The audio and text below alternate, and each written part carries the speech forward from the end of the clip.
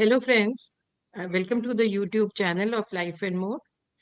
Today we have with us Swami Sri Raj Vibhu, and he's a Kumbhak yogi and has dedicated his life to the research of human mechanism and the way it gets impacted. Namaskar, Swami ji. You're very welcome to our channel, and it's a pleasure to have you here and to talk about you. It's my So, honor. Happy to be here. thank you so much. सबसे पहले स्वामी जी मुझे बताइए कि आप कुंभक एक तो योगा और ऊपर से उसका एक स्पेसिफिक पार्ट कुंभक आप कैसे आपका आप इस फील्ड में कैसे आए आपने साइंसेस पढ़ी थी you have been a science student और उसके बाद आपका लाइफ डाइवर्ट हो गया टुवर्ड्स योगा एंड लाइफ कैसे हुआ ये सब सबसे पहली बात तो देखिए, kumbhak is a part of human mechanics. मानव शरीर का जिस तरीके से काम करता है, ये जी हमेशा प्रेशर और टेम्परेचर, ये दो चीजें हैं जिसके जरिए हमारा शरीर काम करता है। हम्म, कोई भी हम्म, फंक्शन प्रेशर और टेम्परेचर ग्रेडियंट में होता है। तो हम्म, पहली बात तो कुंभक जो है हमारे ह्यूमन मैकेनिज्म का ही हिस्सा है।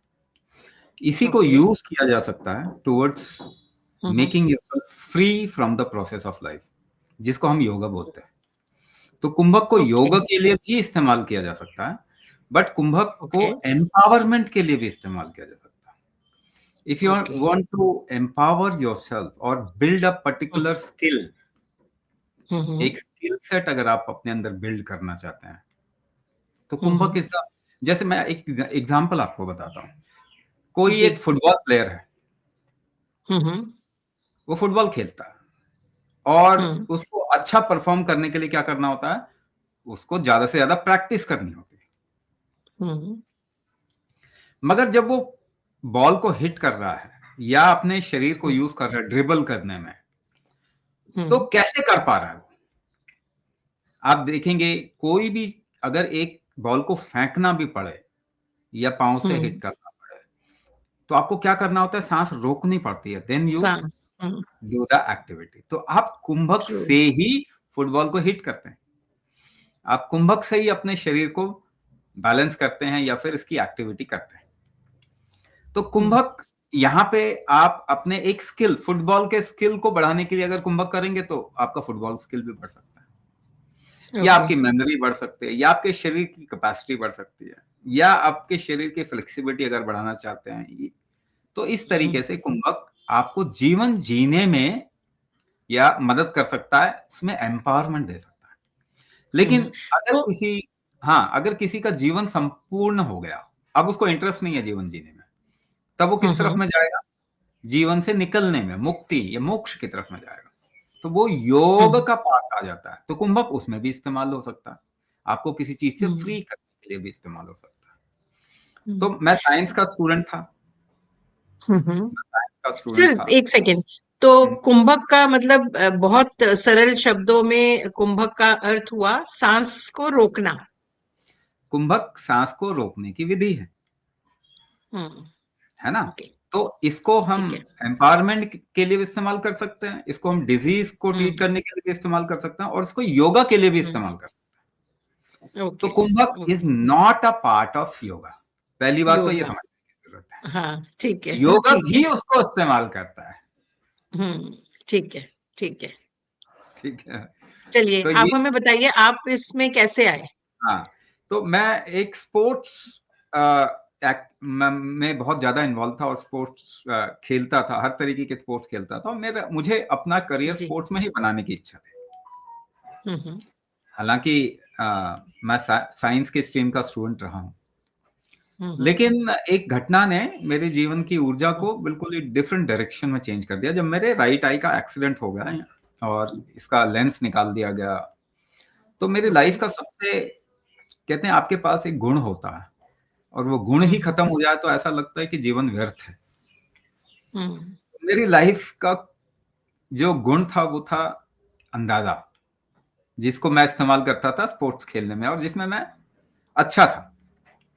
हुँ, वही अंदाजा एक आंख में चोट लगने की वजह से खत्म हो गया। हुँ, हुँ, तो अब मुझे ये लगने लग गया कि जिस चीज को मैं सबसे ज्यादा पसंद करता हूँ, स्पोर्ट्स को, वही अब मेरी लाइफ में नहीं रहा। हुँ, तो ये जीवन है क्या और ये किस लिए है? हुँ, ये सोच आ गई 14 साल की एज में, जब मेरा एक्सीडेंट हुआ। ओके। तो हुँ, उसने मुझे हर चीज को क्वेश्चन करने पे मजबूर कर दिया हुँ, कि व्हाट इज दिस, ये क्या है, ये क्यों है। और वहीं हुँ, से मेरी जर्नी शुरू हो जाती है। हुँ, क्वेश्चनिंग ही जर्नी है। हुँ, क्वेश्चनिंग ही जर्नी है। नाउ अब हुँ, बात आती है, मैं साइंस का स्टूडेंट रहा हूं, इसीलिए हुँ, क्वेश्चनिंग तो मेरे लिए एक तरीके से स्वाभाविक है। स्वाभाविक है। हाँ, तो जो जानने की इच्छा करता है, वही साइंस भी हुँ, ढूंढता है, वही अध्यात्म भी हुँ, ढूंढता है।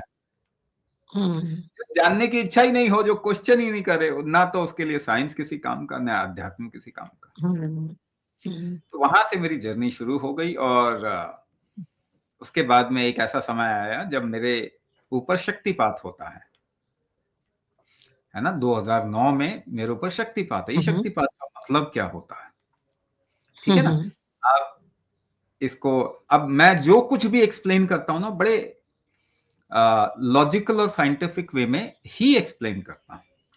इसी वजह से डिजीज या उसका रिवर्सल या फिर एम्पावरमेंट, इसको भी बड़ा साइंटिफिक वे में, या फिर कह लो हुँ, अध्यात्म के क्षेत्र को भी बड़ा साइंटिफिक वे में अगर एक्सप्लेन किया जाए तो इसका मतलब क्या है। हुँ, पहली चीज, जब भी आपकी ऊर्जा शरीर में नीचे की तरफ में जाती हुँ, है ना, इसे हम अपान कहते हैं।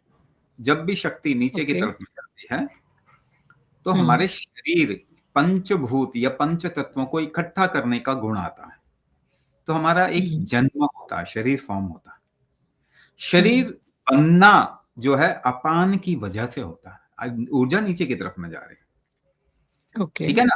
अब देखिए, आपकी क्रिया भी, शारीरिक क्रियाओं में इंपॉर्टेंट चीजें क्या है, आप ऊपर से खाते हैं मगर निकलता नीचे से ही है। So hmm, there is a flow downwards, hmm, है ना। जब भी एक बच्चा हुँ, जो है वो अपने पाँव पे खड़ा होता है ना, पहले तो वो हुँ, हुँ, घुटने के बल चलता है, फिर पाँव पे खड़ा, जैसे ही पाँव पे खड़ा होता है उसकी ऊर्जा नीचे की तरफ में बड़ी स्ट्रांगली जाती है। तब उसका हुँ, शरीर का डेवलपमेंट शुरू हो जाता है, और वो कंट्रोल डेवलपमेंट, अच्छा डेवलपमेंट होगा। और उस बच्चे को इंटरेस्ट किसमें है? जीवन को अनुभव करने में इसको इंटरेस्ट है। हुँ, वो कुछ भी, किसी चीज में भी इन्वॉल्व, आप कुछ भी देंगे उसको, हर चीज को देखेगा, ऑब्जर्व करेगा, एक्सपीरियंस करने की कोशिश करेगा। हुँ, हुँ, वो इसीलिए करने की कोशिश कर रहा है क्योंकि अभी उसकी ऊर्जा नीचे की तरफ में, गुरुत्व की तरफ में जा रही है। गुरु तत्व हुँ, उसके अंदर नीचे की तरफ में फ्लो हो रहा है, या फिर ऐसा भी कहते हैं, योग कलाचार में कहते हैं, मूलाधार की तरफ में ऊर्जा का हुँ, अधोगमन होता है। तो हुँ, मूलाधार में, रामायण में भी आप देखें, सीता लंका में जाके फंस जाती हैं। लम हुँ, शब्द है मूलाधार का। लम हुँ, शब्द मूलाधार का है, तो सीता शक्ति हुँ, स्वरूप। तो शक्ति कहाँ टकती है? मूलाधार में। तो मूलाधार में। उसी को हम हुँ, कुंडलिनी भी बोलते हैं। हाँ जी, ठीक है ना। तो ये हाँ जी। नियम है जीवन पैदा होने का, कि ऊर्जा जब नीचे की तरफ में जाएगी और आपके मूलाधार में स्थिर रहेगी, तो आपको हुँ, संसार में इंटरेस्ट आएगा, आपको ओके, भोजन करने में इंटरेस्ट आएगा, स्वाद नए नए चाहिए, एक्सपीरियंस नया नया, नया जगह देखना है, सांसारिक कार्यों में लिप्त होना है, भोग करना है, ये इच्छा होगी अंदर से। हुँ, सपोज कीजिए, ये ऊर्जा नीचे की तरफ जो फ्लो हो रही है, किसी वजह से ये ऊपर की ओर उठने लग जाए, हुँ, तो उस इंसान को संसार में इंटरेस्ट ही नहीं आएगा। ओके, ऐसा व्यक्ति जिसका हुँ, किसी वजह से, चाहे वो साधना की वजह से हो सकता है, चाहे वो हुँ, कृपा की वजह से हो सकता है, चाहे वो हुँ, भक्ति की वजह से हो सकता है, चाहे वो हुँ, शक्तिपात की वजह से, एक ऐसी शक्ति जिसने आपकी ऊर्जा को ऊपर उठाना शुरू कर दिया, तो ऐसे ओके। लोगों को ही योगी, संत, स्वामी, सन्यासी आदि आदि आदि कहते हैं। तो इसकी क्राइटेरिया क्या है? क्राइटेरिया ये नहीं है कि आपने एक कपड़े पहन लिए या आपने जटाएं रख ली या सर मुंडवा लिया, ये सब क्राइटेरिया नहीं है। क्राइटेरिया ये है कि उस इंसान की ऊर्जा ऊपर की ओर ऊर्ध्वगमन करने लग गई। वो कई वजह से हो सकता है, कई कारणों, कई लोगों का प्रारब्ध यानी कर्म, पूर्व जन्म के कर्म की वजह से भी हो जाता है। तो जो बाल सन्यासी होते हैं, जैसे हमारे आदि शंकराचार्य थे, तो पूर्व जन्म के कर्म के कारण भी ऊर्जा का उत्थान शुरू हो जाएगा, या फिर वो प्रैक्टिस किया किसी ने, किसी के साथ शक्तिपात हो गया तो ऊर्जा उठने लग जाएगी। उठने जब लग जाएगी तो आपका संसार में इंटरेस्ट नहीं रहेगा। तब आपका जो जिसे कहते हैं ना सर्वाइवल वाला इंस्टिंक्ट जो है, और दूसरा एक्सपीरियंस करने वाला इंस्टिंक्ट, भोगने वाला इंस्टिंक्ट, ये दोनों ही डाउन प्ले करने लग जाते हैं, डाउन हो जाते हैं। तो ये जब भी डाउन होते हैं तब आपको नियम, सांसारिक नियम, ऊर्जा का नियम, ये नियम आपको तब दिखने लग जाते हैं, क्लियरिटी आ जाती है। क्योंकि अभी तक आप के सामने एक पर्दा था कि मुझे सरवाइव करना है, मुझे अपने को बचाना है, मुझे भोग करना है, मुझे ये एक्सपीरियंस करना है, वो एक्सपीरियंस करना है। वो वाला पार्ट जैसे ही कम हो जाता है, जीवन की का विशाल जो नियम है ना, वो प्रतीति सामने होने लग जाती है। ऐसे ही लोगों को हम साधु, सन्यासी, योग आदि कहते हैं। तो 2009 में मेरे साथ में ऐसा ही हुआ, और उसके बाद से मैं लोगों का भक्त बन गया। हाँ, क्योंकि जब आपका अपना कुछ भी नहीं रहे तो आप सबके हो जाते हैं या सभी आपके हो जाते हैं। तो मतलब कि शक्तिपात होने से इंसान सांसारिक चीजों से विरक्त हो जाता है? शक्तिपात होने से एक्चुअल आइडियली अगर सच में शक्तिपात हुआ है तो मुझे जो शक्तिपात हुआ, महादेव ही मेरे ऊपर आए। महादेव की ऊर्जा जो सबसे विशाल का ऊर्जा है वही आई। तो महादेव अगर आपके ऊपर आ जाए तो आपको जिंदा तो नहीं छोड़ेंगे, क्योंकि वो तो वो तो गुरु तत्व हैं, वो तो मुक्ति के जनक हैं, वो तो संहारक हैं। तो फिर आपकी जो पूर्व स्थिति है उसको तो खत्म ही कर देंगे। तो उस समय मेरा दूसरा जन्म हुआ। इसी को पारंपरिक तौर पे, या फिर इसको कह लीजिए कि अध्यात्म की परंपरा में इसी को द्विज कहते हैं। द्विज, दूसरा जन्म। जिसके लाइफ में जीते जी एक दूसरा जन्म हो जाए वो द्विज हो गया। वही उन्हीं को हम साधु, सन्यासी, संत, योगी यही सब भी कहते हैं। तो उसमें उस शक्ति ने मेरी जो संबंध था सांसारिकता के साथ में उसको तोड़ दिया, मेरे अंदर एक विरक्ति पैदा कर दी। तो ये अचानक हुआ? ये अचानक ही हुआ, और हालांकि कोशिश तो मैं शुरुआत से, जैसे मैंने बताया 14 साल की उम्र से प्रश्न तो मेरे मन में आ ही गया था, और उसकी वजह से मैंने बहुत ढूंढने की कोशिश की, बहुत गुरुओं के पास में गया, बहुत साधनाएं की।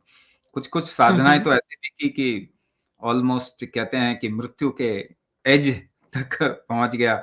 तो क्योंकि ऐसे मान के चलिए कि आपके जीवन में कुछ बहुत इंटरेस्टिंग लग ही नहीं रहा है, तो आप ढूंढने की कोशिश कर रहे हैं। ऐसे ही मान के चलिए कि एक रॉकेट है, उसमें फ्यूल बचा हुआ है और आग लगी हुई है, तो वो दौड़ेगा ही, वो दौड़ता ही जाएगा जब तक उसका फ्यूल नहीं खत्म हुआ।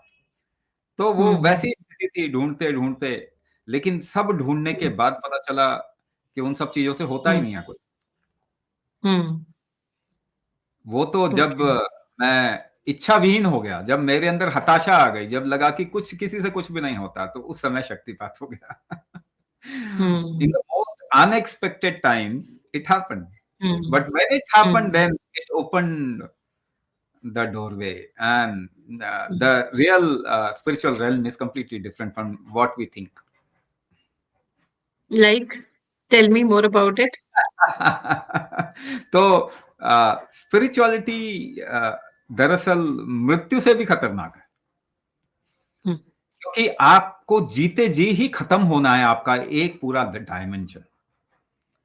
तो शिव हम्म, तत्व जब आते हैं तो वो आपको एक्चुअली एक आपके एक आयाम को एक्चुअली खत्म कर देते हैं, मृत बना देते हैं। तो हम्म, जिस तरीके से आप जीवन को देखते हैं, जैसे आम लोग स्पिरिचुअलिटी सोचते हैं, हम्म, स्पिरिचुअलिटी इतना आ, उनके जो सोच में जो चीज आती है कि ये आनंद है, एक ऐसी जगह पहुंच हम्म, जाएंगे, समाधि लग जाएगी तो उससे बढ़िया कोई भी चीज नहीं है। वो अभी भी सोच रहे हैं मुझे कुछ पाना है के टर्म्स में, कि हम्म, समाधि बन जाना या एनलाइटेनमेंट हो जाना, सेल्फ रियलाइजेशन हो जाना, हम्म, ऐसे सबसे हम्म, टेस्टी फ्रूट वो हम्म, इसी टर्म्स में सोचते हैं, है हम्म, ना। और आनंद शब्द जो है वो खुशी के साथ में नहीं है। खुशी तो है दुख का जो है अपोजिट होता है। हम्म, तो आप जितना दुख झेल पाएंगे उतना ही खुशी मिल पाएगी आपको जीवन में। मगर ये स्थिति ना तो खुशी वाली स्थिति है, ना तो दुख वाली स्थिति है।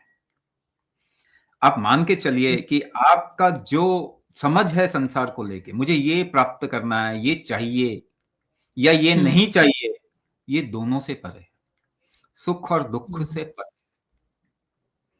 ये खुशी गम से परे है, ये पेन और प्लेजर से परे है। इसमें प्लेजर प्लेजर तो पेन के साथ में आता है।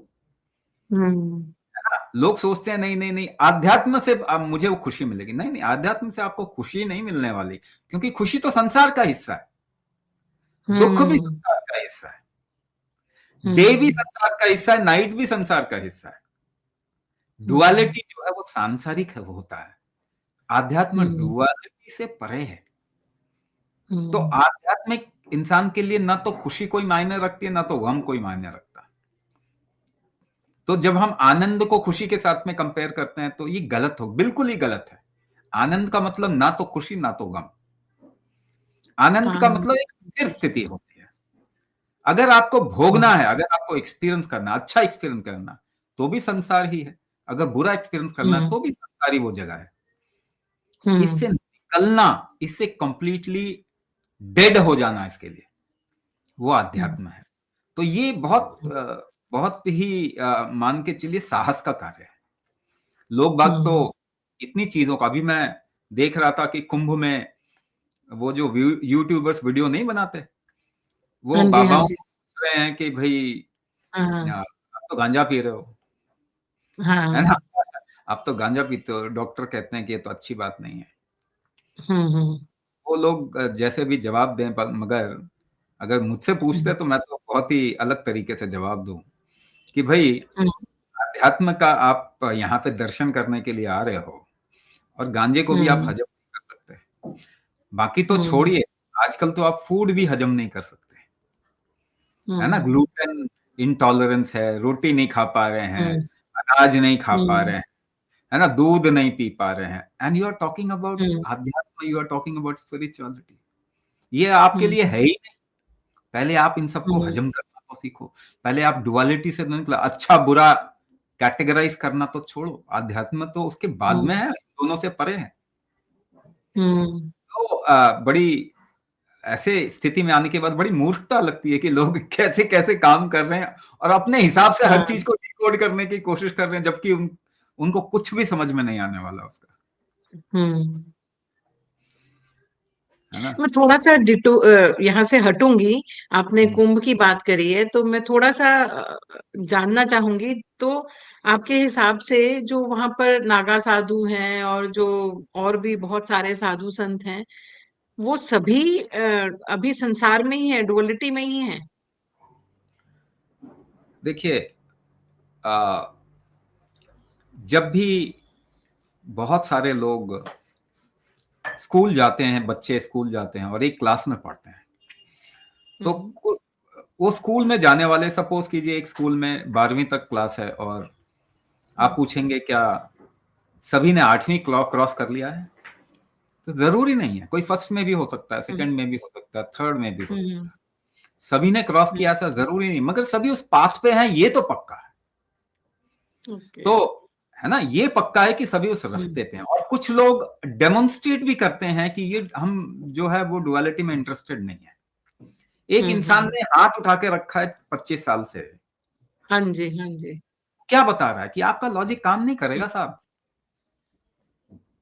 है ना? आपका लॉजिक जो है, आपके आइडियाज काम नहीं करेंगे। दो ही चीजें आप समझिए संसार में है, आइडिया बेस्ड कोई थॉट प्रोसेस है, या ट्रूथ बेस्ड थॉट प्रोसेस है।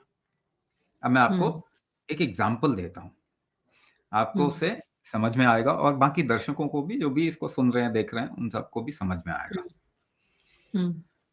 कि कृष्ण से एक प्रश्न होता है। हम मोस्ट प्रॉब्ली उसको चेक कर सकते हैं, मैं पता नहीं, मुझे भीष्म शायद करते हैं। और भीष्म जब ये प्रश्न कर रहे हैं तो उनकी सीनियोरिटी देखनी पड़ेगी, और उनकी कहते हैं ना कि इस प्रश्न की गंभीरता को देखना पड़ेगा। और वो कहते हैं कि जीवन पर्यंत, पूरे जीवन मैंने धर्म पालन करने की कोशिश की, लेकिन आज तक मैं धर्म का कोई एक डेफिनेशन नहीं पा सका। तो आप मेरे लिए धर्म को डिफाइन करो। अब कृष्ण क्या कहते हैं? कृष्ण कहते हैं ये तो मैं भी नहीं कर सकता, क्योंकि धर्म एक फिक्स्ड आइडिया नहीं है। ये टाइम स्पेस के साथ में इसका स्वरूप बदलता है, ये फ्लेक्सिबल है, ये फ्लूइड है। जिस समय पे जो चीज सही हो वही धर्म, तो हर समय पे अलग अलग चीजें सही या गलत होती, तो उस हिसाब से धर्म का डेफिनेशन भी उस हिसाब से बदलता, उस समय के हिसाब से ज्यादा सटीक क्या होगा वो समय ही बताता है, वो समय ही बता पाएगा। इसका मतलब क्या हुआ? धर्म किस चीज के ऊपर बेस्ड है? जो भी उस समय का ट्रूथ है। आइडिया हमेशा फिक्स्ड होते हैं, आइडिया पे रिलीजन बेस्ड होता है, बिल्कुल फिक्स है, उसके कमांडमेंट्स हैं, ये करना है, ये सही है, गलत है, ये रिलीजन है। वो आइडिया पे बेस्ड है, उसमें सच्चाई का कोई लेना देना नहीं है उसके साथ, उसको केवल आइडिया के साथ में लेना देना है। मेरे आइडिया को कितने लोग फॉलो कर रहे हैं, आ जाओ जी, जो नहीं फॉलो कर रहे उनका नाश कर देंगे हम, उसका सच्चाई से कोई लेना देना। लेकिन धर्म ट्रूथ पे बेस्ड है, इसीलिए वो ट्रूथ हर समय का एक अलग ट्रूथ होता है। तो धर्म ट्रूथ पे बेस होता है, आइडिया पे बेस नहीं होता। तो आपके आइडिया जीवन को कभी भी डिकोड नहीं कर सकते।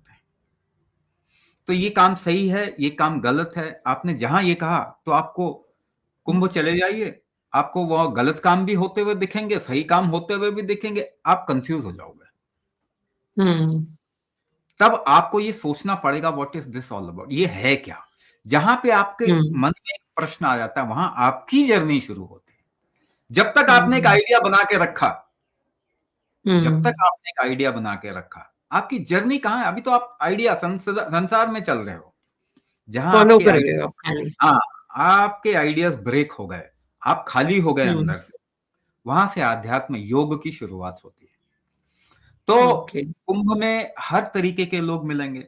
क्या सभी उस पार जा चुके हैं? जरूरी नहीं है, बहुत सूक्ष्म भी ऊर्जाएं हैं वहां पे, लेकिन आप उन्हें महसूस नहीं कर सकते, क्योंकि कुंभ क्षेत्र पुण्य क्षेत्र, यानी कि प्लैनेटरी अलाइनमेंट की वजह से उस जगह पे ऊर्जा ऊपर उठ रही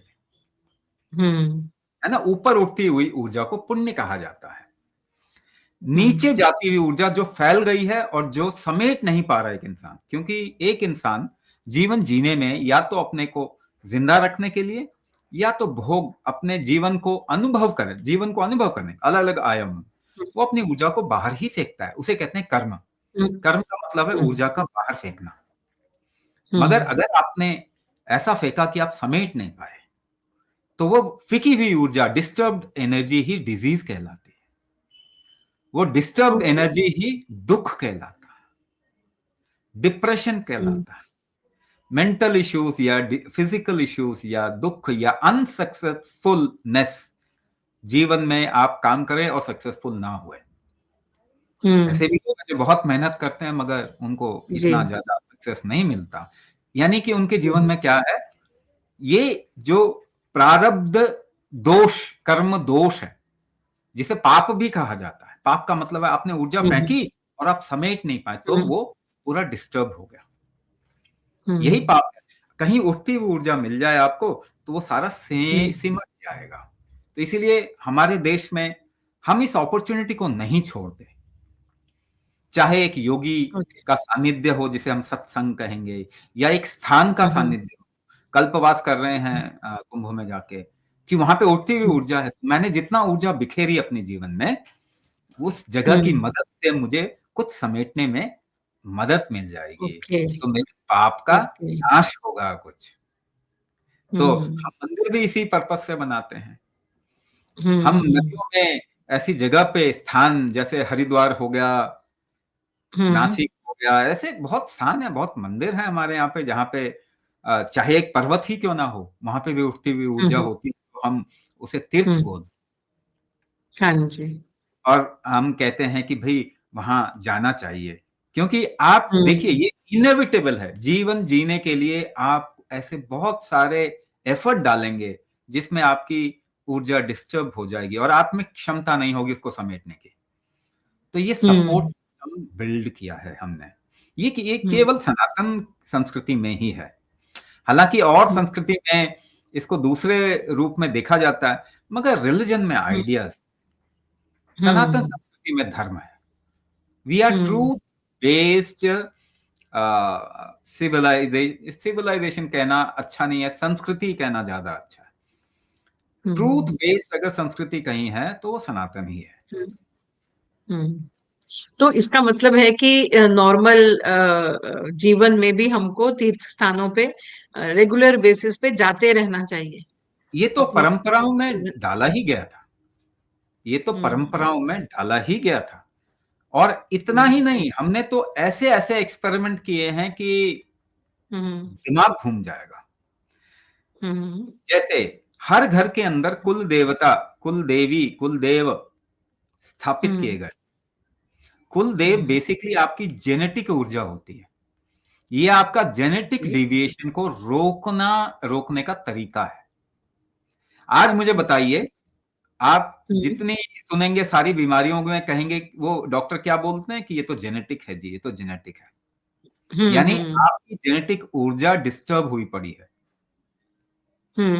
हमने तो वो कुल देवी कुल देव पहले स्थापित कर दिया, हजारों साल पहले, कि आपकी जेनेटिक डिविएशन ना हो। कितना बड़ा काम किया था हमने, लेकिन छोड़ दिया मूर्खता के चक्कर में। क्योंकि रिलीजियस जो कल्चर्स हैं, अब्राहमिकल कल्चर हैं, वो सच्चाई के साथ नहीं जुड़े हुए, वो आइडिया के साथ जुड़े हुए। तो उन्होंने सारी परंपराओं को, सारे साइंस को खत्म कर दिया और अपने ऊपर टैग साइंस का लगाते हैं। एलोपैथी साइंस का टैग लगाती है, जबकि उसमें साइंस कुछ भी नहीं है।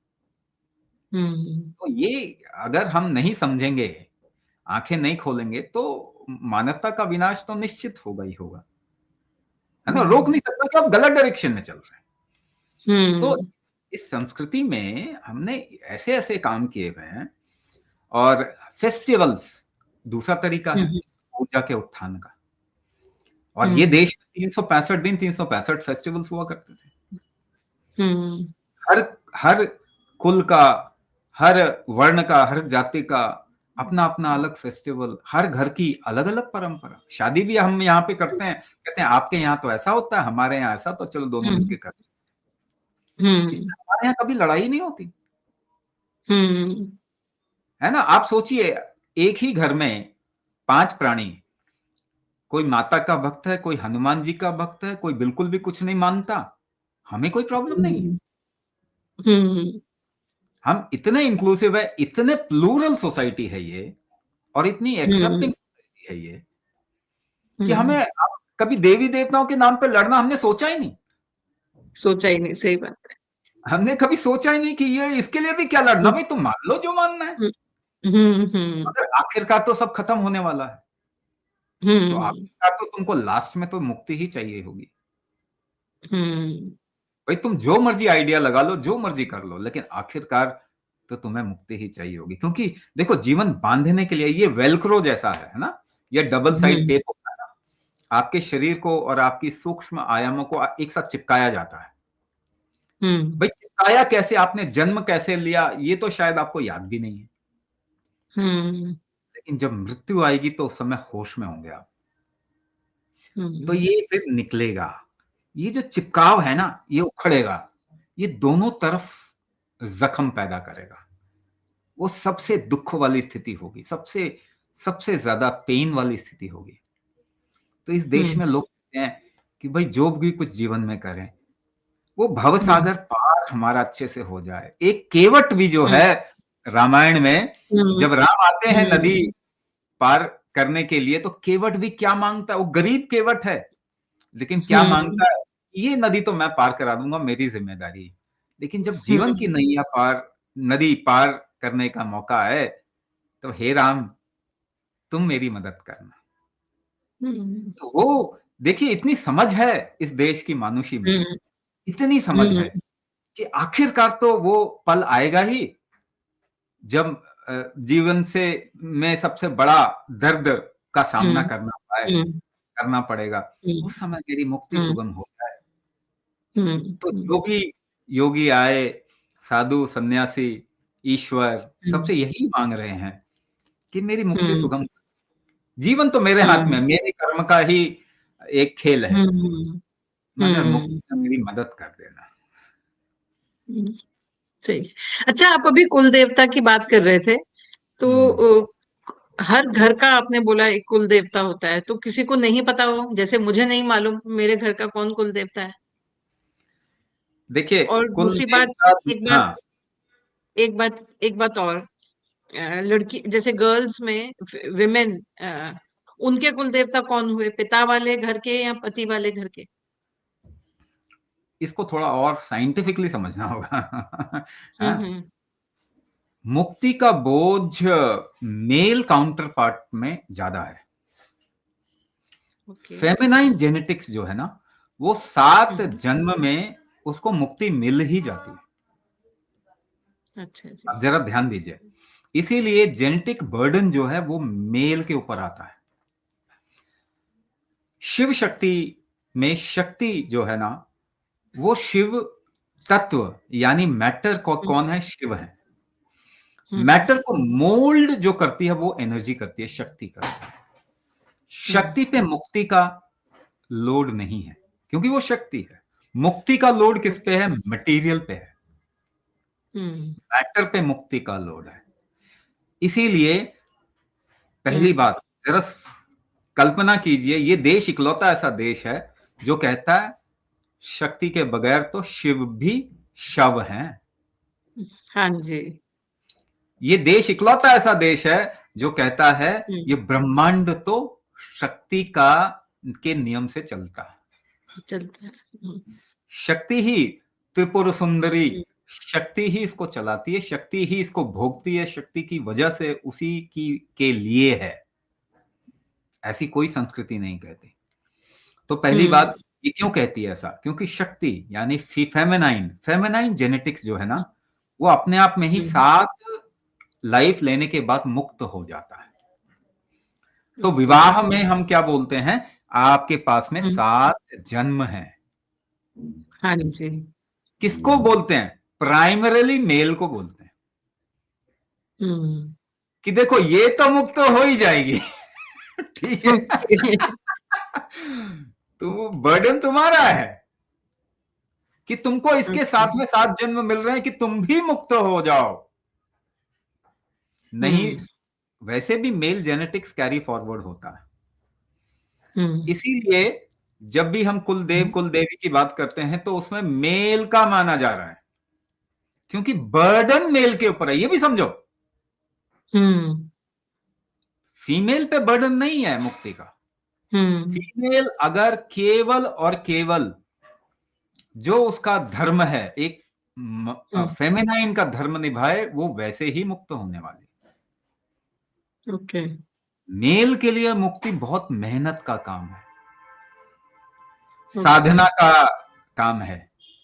मेल के लिए मुक्ति उसको करना पड़ेगा, फेमिनाइन को आशीर्वाद है। ओके। उनको आशीर्वाद है। तो इसलिए ये बर्डन हम फेमिनाइन के ऊपर नहीं है, इसीलिए वो डालते भी नहीं।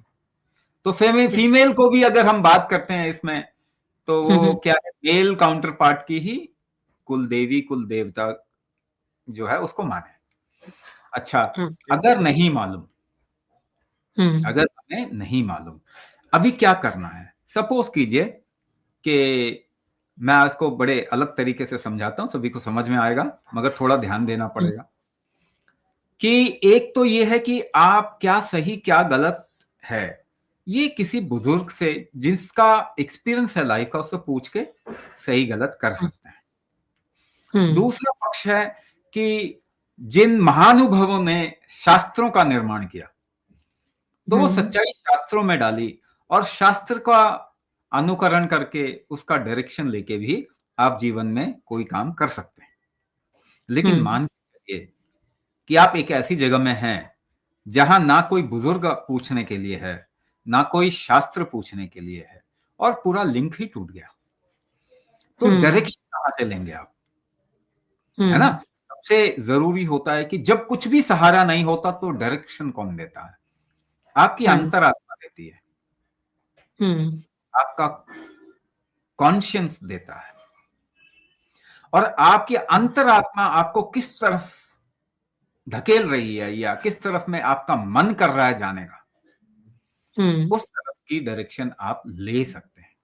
जैसे, क्योंकि इन हमारी परंपराओं में बहुत देवी देवता और इस तरीके की महान विभूतियां हैं।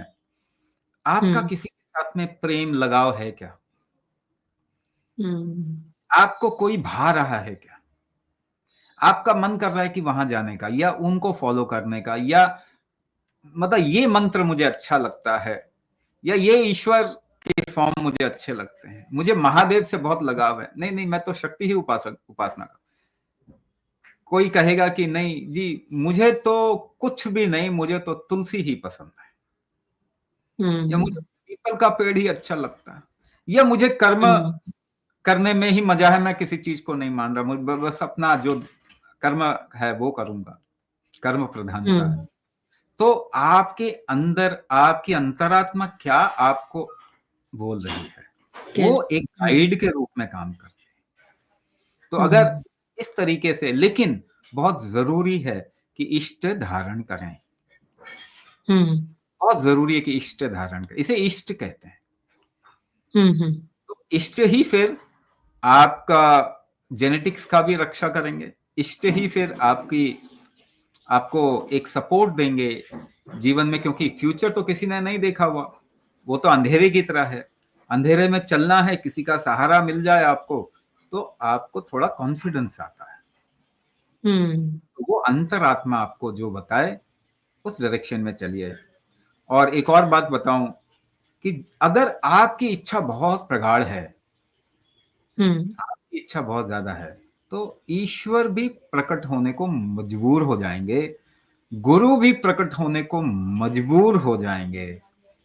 तो उनको ढूंढने की बजाय अपने अंतरात्मा की इच्छा को प्रगाढ़ होते हैं कि मुझे ये समझना है, जानना है, और फिर कोई ना कोई सोर्स आपको उसकी जानकारी जरूर दे देगा। हाँ, ये होता है, ये होता है। लेकिन एक बात और है इसमें, जैसे आपने इष्ट देव बोला कि आपकी अंतरात्मा जो कहे उनकी तरफ आप जाइए। लेकिन मैं अगर अपनी बात करूं, तो मुझे तो महादेव से बहुत प्रेम है, लेकिन मुझे राम से भी उतना ही प्रेम है। तो मैं किसको मानूं, कौन है मेरे? हाँ, महादेव से उतना ही प्रेम है, राम से उतना ही प्रेम है। अब देखिए, जो भी व्यक्ति इस धरा पे आए, महादेव का एक पक्ष शारीरिक रूप का भी है, और राम का भी एक पक्ष शारीरिक रूप का भी है। लेकिन महादेव का एक पक्ष अशारीरिक रूप का भी है, जिसे हम शिव तत्व बोल रहे हैं। वो गुणों से परे है, निर्गुण। निर्गुण स्थिति में है। अब इंटरेस्टिंगली मैं आपको बताऊं कि इसमें कोई भेद है नहीं, केवल दरवाजे हैं, एक ही रूम में 2 दरवाजे खुल रहे हैं। आपकी दुविधा है मैं इस दरवाजे से जाऊं या उस दरवाजे से जाऊं। मगर सच में देखिए तो ये दुविधा तो आपने क्रिएट की हुई है ना, ये दुविधा तो आपने क्रिएट की। अब जैसे मेरे ऊपर जो अनुभव भाव आया या शक्तिपात हुआ, वो महादेव, पहले शक्ति ने, देवी ने दरवाजा खोला और महादेव का प्रादुर्भाव हुआ। तो मेरे लिए, तो मेरे एक्सपीरियंस में तो उनके अलावा कोई है ही नहीं। मेरे अनुभव में उनके अलावा कोई है ही नहीं। तो अगर कोई मुझे आके, मैं अब केवल अपना एग्जांपल ले रहा हूं, केवल, क्योंकि मैं तो कह लीजिए कि एक ऐसी स्थिति में हूं कि मैं जीव का ही भक्त हो गया। हर जीव में महादेव हैं और मैं जीव का ही भक्त हूं। लेकिन अगर मुझे आके कोई बोले कि आप राम में क्यों नहीं आस्था रखते हो, अपने महादेव में क्यों रखते हैं, अगर कोई मुझे आके बोले, तो मेरा तरीका क्या होगा उसको एक्सप्लेन करने का, जो कि बायस होगा उसके अंदर। मैं, क्योंकि मुझे महादेव का अनुभव है, तो मैं उस, आप जीवन में सच्चाई किसको मानते हैं, अपने अनुभव को सच्चाई मानते हैं। मेरा तरीका क्या होगा, अच्छा, हालांकि राम नाम मुझे बहुत पसंद है,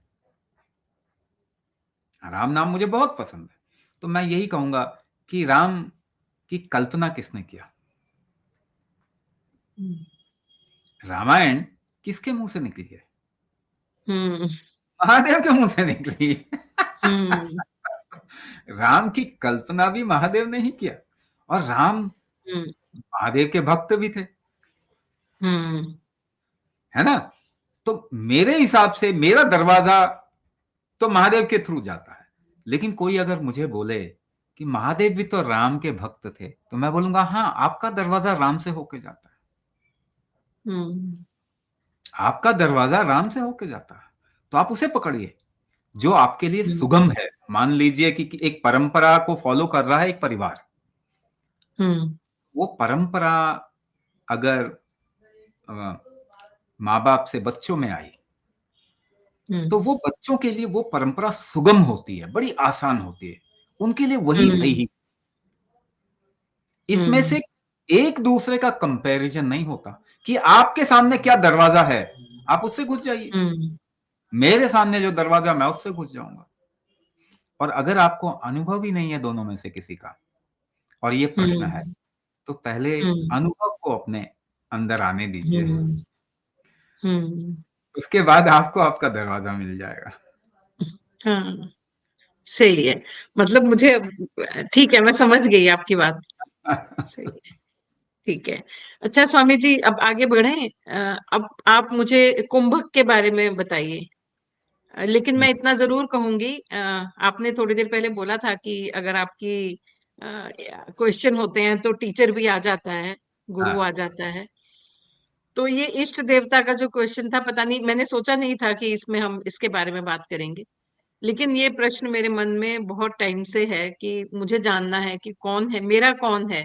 मैं तो सबको मानती हूँ और मैं महादेव की पूजा करती हूँ, राम की। कहीं मुझे जाना होता है जैसे, तो जैसे कुछ इंटरव्यू है या कुछ है, तो वो ऑटोमेटिकली राम का नाम मेरे मुंह में आएगा। उस टाइम मेरे को महादेव का नाम नहीं आता। लेकिन जब मैं पूजा करती हूँ तो मैं महादेव की पूजा करती हूँ। I don't know why this, ये भी तो डुअलिटी है। हाँ, तो जी। इसीलिए इसमें इसमें कोई भेद नहीं है, आप अपने को खोल के रखिए, है ना, आप अपने को ओपन रखिए, और आप केवल एक इच्छा करिए कि मुझे अनुभव हो। हाँ जी। और जब आपको वो अनुभव होगा, जब आपको वो एक्सपीरियंस होगा, तो आपको आपका दरवाजा मिल जाएगा। तब तक में ये जर्नी है। तो इस प्रश्न का उत्तर मुझे यहाँ पर मिला है आज। मैंने ये सोचा नहीं था कि इस प्रश्न का उत्तर मुझे यहाँ पर इस उसमें मिलेगा। Thank you so much for that. And हाँ, तो कुंभक के बारे में बात करेंगे। हाँ, कुंभक से बहुत सारे आपने बताया भी, और मैंने थोड़ा बहुत पढ़ा भी था कि बहुत सारी बीमारियां ठीक हो जाती हैं। तो सबसे शुरुआत, मतलब कैसे, how do you go about it? हाँ। तो जैसे शुरुआत हमने किया था, हमने कहा what is this life all about, making effort, हाँ जी। Making effort and then experiencing various aspects of life. जीवन को अनुभव करना ही जीवन का पर्पस है, मगर जी। अनुभव करने के लिए आपको एक्शन करना पड़ता है। हम्म। अब जरा हम देखें, कुंभक से पहले हम जीवन को थोड़ा सा हल्का सा, हल्की सी एक गहराई में देखते हैं कि बीमारी की जब हम बात करते हैं तो let's talk about our grandfather, grandmother and us as a present generation, या एक जनरेशन अगर आपको और पीछे जाना है तब भी आप जा सकते हैं। इनमें भेद क्या है, दोनों में फर्क क्या है? पहली चीज तो आप इन टर्म्स ऑफ डेटा आप देखोगे तो पता चलेगा उनको क्रॉनिक डिजीज नहीं होता था, नहीं थे। है ना। Diabetes, blood pressure, heart disease, thyroid, thyroid तो शायद आपने कभी सुना ही नहीं होगा 20 साल पहले कि ये क्या होता है ना। Auto immune disorder, arthritis, rheumatoid और इस तरीके से ना जाने कितने कितने कितने नाम आते हैं। टोटल अगर 100% बीमारियों को 100% पे रखें तो उसमें से 80% बीमारियां जो होती है क्रॉनिक होती है। क्रॉनिक का मतलब होता है शरीर का कोई अंग कमजोर हो गया, कोई काम कमजोर हो गया, कोई फंक्शन कमजोर हो गया। यही चीज हम देखें तो ग्रैंडफादर, ग्रैंडमदर को नहीं था जो आज है। और अगर प्रिसाइसली लेना चाहें तो 3 जनरेशन अगर आप पीछे चले जाएं तो क्रॉनिक डिजीज नहीं थे, या बहुत ही कम, ना के बराबर। अच्छा, उनमें और आज के समय में भेद क्या है, एक डिफरेंस अगर हम पता लगाएं, ऐसे तो हम बहुत सारे डिफरेंस बोल सकते हैं कि यार खाना पीना खराब हो गया, खाद आ गई, और बहुत सारी चीजें बता सकते हैं। मगर क्या है कि वो आप बहुत सारे, इन सब के बावजूद भी आज कुछ लोग हैं जो कि हेल्दी हैं, है ना। हालांकि वो जनसंख्या अब कम है जो कि हेल्दी है, बावजूद इसके कि इतने सारे डिविएशन है, तो वो कैसे हेल्दी है ना।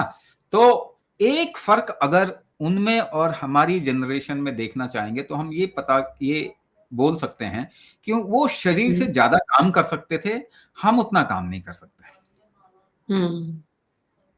है ना। वो शारीरिक रूप से ज्यादा सक्षम थे, हम उतने सक्षम नहीं हैं। इसी को अगर मैं बोलूं, आप कोई भी जोर लगाना के टर्म्स में हम अगर बोलें शारीरिक क्षमता को, ज्यादा शरीर से जोर लगा सकते थे, हम उतना नहीं लगा सकते हैं। और प्रिसाइज होने की कोशिश करें, जोर कैसे लगाते हैं, सांस रोक के लगाते हैं। तो उनकी सांस रोकने की क्षमता ज्यादा थी, ज्यादा आज। थी। हाँ। अब इसी को डिजीज से कोरिलेट कर दो। डिजीज का मतलब भी यही होता है, आपके शरीर से जोर लगाने की क्षमता एक खराब हो गई। हार्ट डिजीज का मतलब हार्ट जोर नहीं लगा पा रहा, किडनी डिजीज का मतलब किडनी काम नहीं कर पा रहा। तो वो जोर लगाने की क्षमता को बढ़ाना आज के टाइम पे फर्स्ट लाइन ट्रीटमेंट है किसी भी बीमारी का। और जोर लगाने की क्षमता का मतलब ही कुंभक होता। कुंभक क्षमता कमजोर हो गई, कुंभक क्षमता को बढ़ाना है। ये इतना ही आसान है। इसको बार बार समझें, बार बार सुने, और बिल्कुल अपने दिमाग में क्लैरिटी लेके आ जाएं कि जब आपके शरीर की जोर लगाने की क्षमता बढ़ जाएगी तो क्रॉनिक डिजीज ठीक हो जाएगा। एक तरीका ये है, इस तरीके से हम समझ सकते हैं। दूसरा तरीका इसको समझने का और थोड़ा साइंटिफिक हो जाए तो यानी पूरे ब्रह्मांड में प्रेशर और टेम्परेचर से ही मटेरियल मैनेजमेंट होता है, काम होता है कोई भी। प्रेशर यानी आप देखिए, बारिश भी करना होता है तो बादल एक जगह से दूसरी जगह आते हैं। कैसे आते हैं? From high pressure to low pressure. Low pressure. पेड़ में पानी नीचे से ऊपर जाना है तो कैसे जाएगा? From high pressure to low pressure. कोई भी मूवमेंट होनी है उसमें प्रेशर ग्रेडियंट ही काम आएगा। ठीक है। अब प्रेशर ही बढ़ेगा तो टेम्परेचर बढ़ जाएगा। टेम्परेचर किस पर डिपेंड करता है? प्रेशर के ऊपर। आप यूनिवर्स मतलब थोड़ा स्पेस में चले जाए, वहां तो 0 टेम्परेचर है, टेम्परेचर ही नहीं है। मगर एटमॉस्फेयर जैसे जैसे बनता है, पृथ्वी का एटमॉस्फेयर, ये वातावरण है, तो यहाँ पे एयर का प्रेशर है, जिस वजह से एक टेम्परेचर रहता है यहाँ पे। जमीन में नीचे जाते जाओ, प्रेशर बढ़ेगा, टेम्परेचर बढ़ जाएगा। तो टेम्परेचर को कंट्रोल कौन कर रहा है? प्रेशर। तो प्रेशर और टेम्परेचर ये दो मिलते हैं तो मटेरियल का मैनेजमेंट करते हैं, यानी मटेरियल को एक फॉर्म से दूसरे फॉर्म में चेंज करते हैं। हमारे शरीर में भी जब आप फूड खाते हैं तो प्रेशर, टेम्परेचर फूड का मेटाबॉलिज्म करता है। वो आयुर्वेद में इन तीन चीजों को कहते हैं, प्रेशर को कहते हैं वात, टेम्परेचर को कहते हैं पित्त, और मटेरियल को कहते हैं कफ। ओके, ठीक है। तो आयुर्वेद ये कहता है कि वात पित्त कफ के बिगड़ने से बीमारी होती है। आयुर्वेद ये कह रहा है कि प्रेशर, टेम्परेचर से मटेरियल मैनेजमेंट होता है, और ये तीन चीज अगर गड़बड़ हो गई तो बीमारी होगी। अब इन तीन चीजों को एक ही तरीके से कैसे सही कर सकते हैं, सबसे पावरफुल तरीके से कैसे सही कर सकते हैं, ऐसा समझिए। ये तीनों ही तीन चीजें आपके शरीर की क्षमताएं हैं, स्ट्रेंथ हैं, बल है। आप अपने शरीर के बल को बाहर से कुछ लेके नहीं बढ़ा सकते, यानी आपकी स्ट्रेंथ भोजन खाने से नहीं बढ़ती है। इसका एग्जाम्पल क्या है? 70 साल तक एक इंसान ने भोजन किया होगा, अगर वो 70 साल की उम्र का है, 70 साल की एनर्जी इकट्ठी करके तो सुपर ह्यूमन बन जाना चाहिए उसको। तो वो 70 साल का इंसान सुपर ह्यूमन बन गया या कमजोर बन गया? उम्र के साथ उसकी एनर्जी कम होती गई, बल कम होता गया। तो आपने जितना भोजन किया उतनी आपकी स्ट्रेंथ कम होती गई। तो भोजन से तो आप अपनी स्ट्रेंथ नहीं बढ़ा सकते, मेडिसिन से आप नहीं बढ़ा सकते, चाहे कोई मेडिसिन हो, केमिकल, नेचुरल। तो बल को हमेशा कैसे बढ़ाया जाएगा? आयुर्वेद का पहला नियम क्या है? यथा बलम तथा चिकित्सा। जितना शरीर का बल होगा उतना ही वो ठीक कर पाएगा अपने को। तो आपको ठीक कौन करता है? मेडिसिन आपको ठीक नहीं करती। इन्फेक्शन को अगर हम हटा दें 20%, हम 80% क्रॉनिक डिजीज की बात करें, केमिकल मेडिसिन से कोई भी बीमारी ठीक नहीं होती। 100 साल में एक भी डायबिटीज ठीक नहीं हुआ, एक का भी हार्ट डिजीज, ब्लड प्रेशर ठीक नहीं हुआ, बल्कि वो नंबर 1 कॉज ऑफ डेथ बन गया। एक भी इंसान का रूमेटॉइड, ऑटोइम्यून डिसऑर्डर, थायराइड या इस तरीके की बीमारियां ठीक नहीं हुई। 100 साल का एविडेंस है हमारे पास में।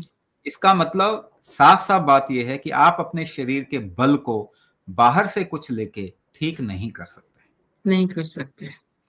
तो बल को ठीक करने के लिए फिर क्या करना पड़ेगा? क्योंकि बल से ही आपकी डिजीज का रिवर्सल भी होगा। यथा बलम तथा चिकित्सा।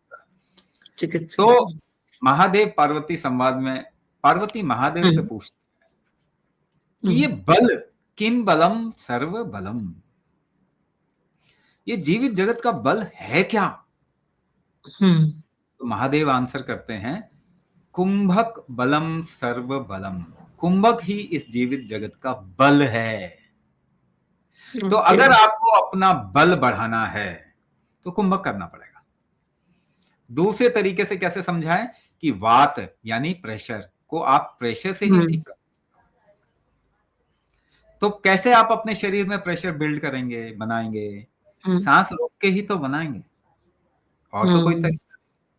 तो कुंभक से ही वात ठीक होता है, वात ठीक होगा तो पित्त ठीक होगा, वात पित्त ठीक होगा तो मटेरियल मैनेजमेंट या कफ सही होगा, कफ ठीक होगा। तो कुंभक वो तरीका है जिससे कि क्रॉनिक डिजीज ठीक किया जा सकता है। आज के समय में ये अर्जेंटली रिक्वायर्ड है बाय द ह्यूमैनिटी। अगर कोई अपनी लाइफ को अच्छा करना चाहता है तो उसको कुंभक करना ही पड़ेगा। कुंभक को फर्स्ट लाइन ट्रीटमेंट हमको बनाना पड़ेगा।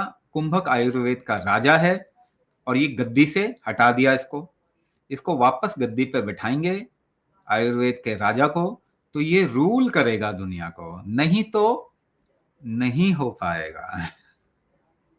मतलब बीमारियां बढ़ती रहेंगी, आप दवाइयां खोजते कुछ भी रहेंगे बोलते और कुछ भी बोलते हाँ। जाइए। हम्म। हम्म। तो कुंभक का इतना जैसे आप कुंभक पर ही काम करते हैं और उसके द्वारा ही आपने बहुत सारे बीमारियों को ठीक, बहुत सारे आपके शिष्य हैं और वो सब आपके वर्कशॉप्स भी चलते हैं। हजारों हजार निकले हैं क्रॉनिक डिजीज से। हाँ जी। तो आपने कभी जैसे, ये तो एक पार्ट हो गया ना कि लोग जो आ रहे हैं वो सीख रहे हैं और बेनिफिट पा रहे हैं। आपने क्या, क्योंकि हम एक जैसे अब एलोपैथी का या हॉस्पिटल्स का बहुत बहुत एक बड़ा नेक्सस भी है समझ लीजिए, या फार्मा फार्मा का भी बहुत बड़ा नेक्सस है, जिससे इंसान को कैसे बाहर कैसे निकाला जाए। तो एक तो ये तरीका है जो आप कर रहे हैं, बट इससे बहुत लिमिटेड लोग ही अ, होंगे ना, जैसे करोड़ों की आबादी हाँ, में बहुत हाँ, कम लोग हैं जो आपके रास्ते पे आते हैं। तो आपने कभी ऐसा कोशिश किया कि और संस्थानों के साथ या सरकार के साथ इस बात को आगे बढ़ाया जाए? मैंने कोशिश किया इसको संस्थानों के साथ हम्म। में। हम्म। मैं बल्कि आपके जरिए जो भी देख रहे हैं उनको, जो भी काम करना था, मैं उनको इनवाइट भी करना चाहता हूँ कि आप जुड़ें। हम्म। हम्म। लेकिन होता क्या है कि ये स्पेशलाइज्ड चीज है और ये हम्म। सब्जेक्टिव है। हम्म। सब्जेक्टिव है, सब्जेक्टिव का मतलब आपके शरीर को क्या जरूरत है, हम्म। और ये आपके शरीर के बल पे काम कर रहा है। पहली चीज जो मैं देख रहा हूं कि लोगों को समझ में नहीं आ रहा हम्म। जो मैं बोल रहा हूं, हालांकि उसमें प्योर लॉजिक है, कुछ भी मैं ऐसा नहीं हाँ बोल रहा जी। हूं जो हवाबाजी है। हम्म। फिर भी लोगों को समझ, क्योंकि लोगों को एक नैरेटिव बचपन से पढ़ाया गया है। हम्म। एजुकेशन सिस्टम उनको आंखें खोलने ही नहीं दे रहा। तो हम्म। हालांकि लोग बड़े बड़े हॉस्पिटल चला रहे हैं, उनको मैं कह रहा हूं कि लोगों का फायदा इस तरीके से ज्यादा होगा, आइए हम्म। जुड़ते हैं हम्म। साथ। मगर उनको ये भी लग रहा है कि ये तो ऐसी कुछ बात कर रहा है जो लगता है बहुत ही हाईली स्पेशलाइज्ड है। हम्म। मेरा कहीं मॉडल गड़बड़ ना हो जाए, कहीं मेरी हम्म। वैल्यू डाउन ना हो जाए। बहुत सारे फियर होते हैं लोगों में। हम्म।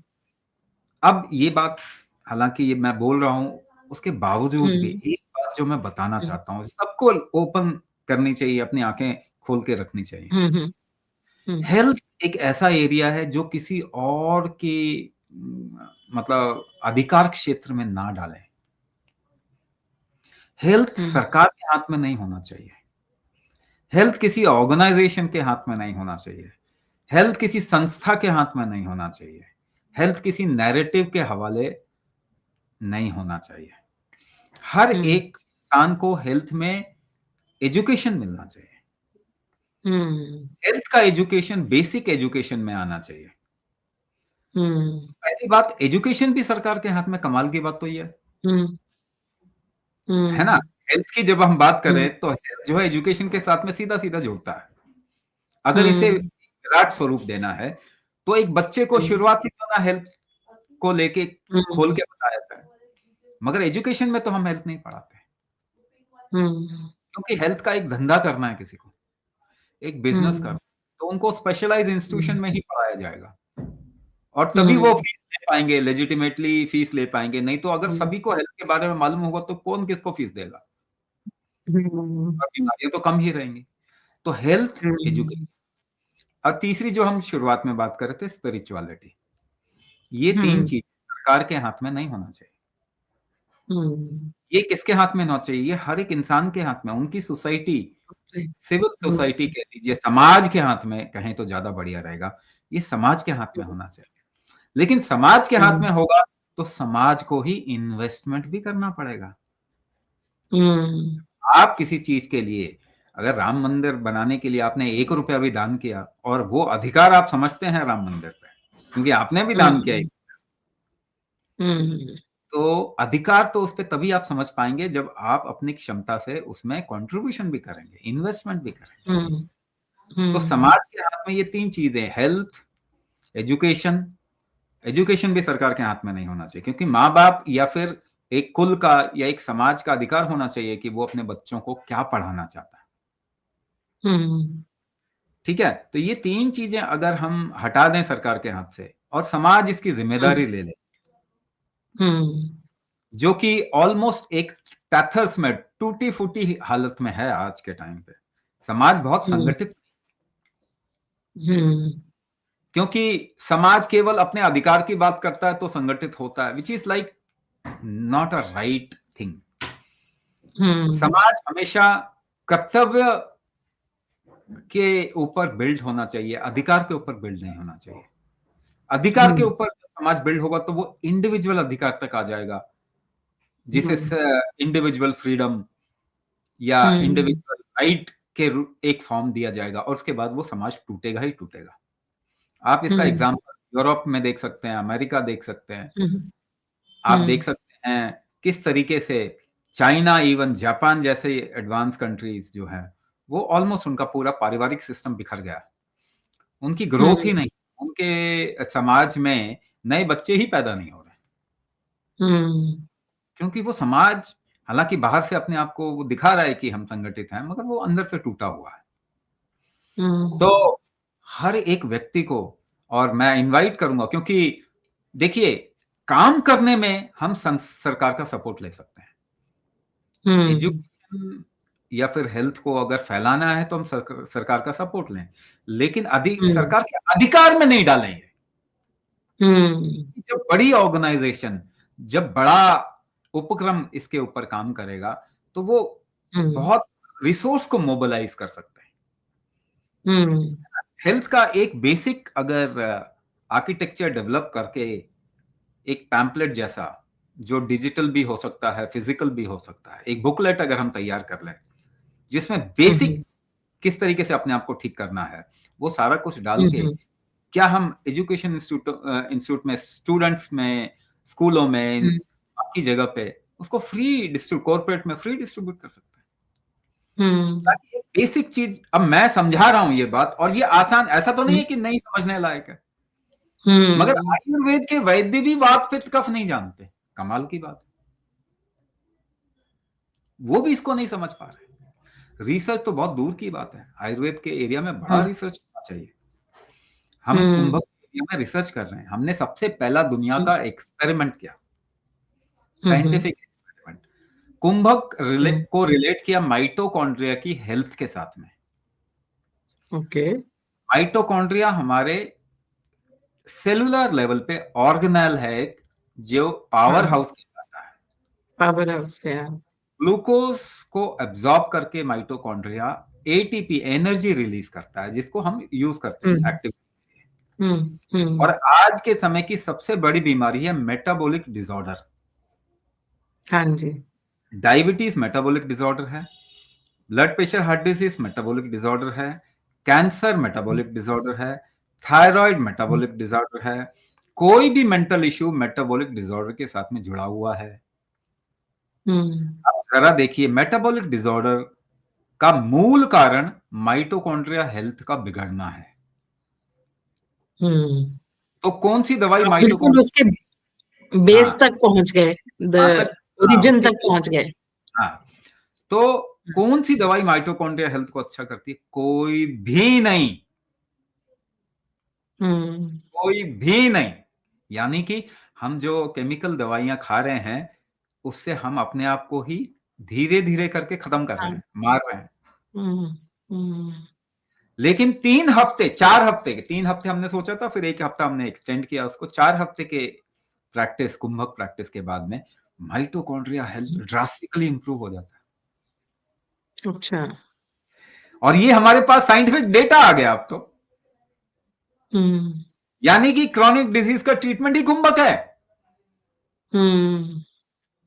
लेकिन छोटा सैंपल साइज अभी हमने लिया, हम बड़े सैंपल साइज लेना चाहते हैं, मगर हमको पैसा कौन दे हम्म। रहा है ये बताइए? कोई भी नहीं। हम्म। हम तो अपना ही काम कर रहे हैं, लोगों को प्रोग्राम कराते हैं, उसी में से पैसा आता हम्म है, उसी को लेके हम रिसर्च करते हैं। हमारी हम्म तो छोले भटूरे की रेडी है, उसी से कमाते हैं, उसी से हम्म रिसर्च करते हैं। हाँ, हम्म तो क्या किसके लिए कर रहे हैं? हम्म, हर एक ह्यूमन बीइंग के लिए कर रहे हैं। तो हर एक ह्यूमन बीइंग जी, अगर इस तरफ में अपनी क्षमता से अपनी क्षमता से अगर वो कंट्रीब्यूट करे, क्योंकि वो हाँ उसी के जी, हेल्थ के ऊपर हो रहा है, तो हम जी, इसको बड़ा बना सकते हैं। और हम्म इसमें संस्थाएं जुड़े हमारे साथ में, हम्म इसमें कॉर्पोरेट्स जुड़े हमारे साथ में, इसमें सरकार जुड़े हमारे हम्म साथ में, हम्म है ना? अभी तो जो मैं बोल रहा हूँ, हालांकि मैं बोल तो बड़ी आसान भाषा में रहा हूँ, शायद हम्म कुछ लोगों को ऐसा भी लग रहा है कि इतना तो आसान नहीं हो सकता। हम्म ऐसा भी लगता है ना, कोई चीज बड़ी आसान सी भाषा में अगर आपने समझा दिया, तो लोग यही सोचते हैं, हम्म अरे हमने तो बड़ा सुना, बड़ा कॉम्प्लेक्स चीज है, WHO काम करता है, हम्म अरबों खरबों डॉलर लगते हैं। हम्म मगर ये भी समझना पड़ेगा ना, WHO समझदार नहीं है, हम्म और ज्यादा पढ़े लिखे लोग तो वैसे भी समझदार कम होते हैं। हार्वर्ड यूनिवर्सिटी का रिसर्च है, ज्यादा पढ़े लिखे लोग इंटेलिजेंस उनका कम हो जाता है, तो कंडीशन हो जाते हैं, कंडीशनड हो जाते हैं। है ना? 70% इंटेलिजेंस कम होता है 25% की एजुकेशन में। हाँ, हार्वर्ड यूनिवर्सिटी ने रिसर्च किया, ये ऑनलाइन मिल जाएगा। तो हम्म इसका मतलब हम्म ऐसा ना सोचें, हर एक जीवन हम्म उतना ही इंपॉर्टेंट है, उतनी ही समझ है हम्म उसकी, क्योंकि आपका शरीर को सारी समझ है ना जीने की, तभी तो वो जी पा रहा है। हम्म और उस तरफ में अगर आप देखें तो आपको भी समझ आएगा। हम्म तो इसको बढ़ाना है, क्योंकि ये आपके हम्म ही हेल्थ का सवाल है, तो आप अब ये जिम्मेदारी अपने हाथ में लीजिए। हम्म। जरूर, जरूर। तो कुंभक की शुरुआत कैसे करें? एक नॉर्मल, जैसे मैं हूं सपोज, कैसे मैं उसको शुरुआत कैसे करूं? मतलब एक, कुंभक की अगर एक नॉर्मल हेल्दी पर्सन भी है वो भी कुंभक करे तो उसे बीमारी होगी ही नहीं। पहली बात तो देखिए, कुंभक बहुत ही स्पेशलाइज्ड होता है। जैसे मान के चलिए कि अलग अलग शक्तियां शरीर की अगर कम हो जाए, तो किसी हम्म एक शक्ति जो कम हो गई है उस पे भी काम करें तो बाकी सब कुछ बढ़ जाएगा। लेकिन ओके, कुंभक बहुत स्पेशलाइज्ड होता है, ये एक सब्जेक्टिव साइंस है, तो इसको सभी डिकोड करना बड़ा मुश्किल होता है। ओके। तो कैसे करें? कैसे करें? सबसे आसान तरीका मैं बता हम्म देता हूं। सबसे आसान हम्म तरीका कुंभक करने का है, आप जितना ज्यादा हो सके शारीरिक शारीरिक काम करें। ओके। शरीर को ज्यादा से ज्यादा इस्तेमाल करना हमेशा कुंभक से ही होता है। तो अगर आप इस्तेमाल करेंगे तो कुंभक आप कर ही रहे होंगे, लेकिन वो ओके। स्पेशलाइज नहीं होगा, स्पेसिफिक नहीं होगा, थेरेपी नहीं कर हम्म कह सकते उसको।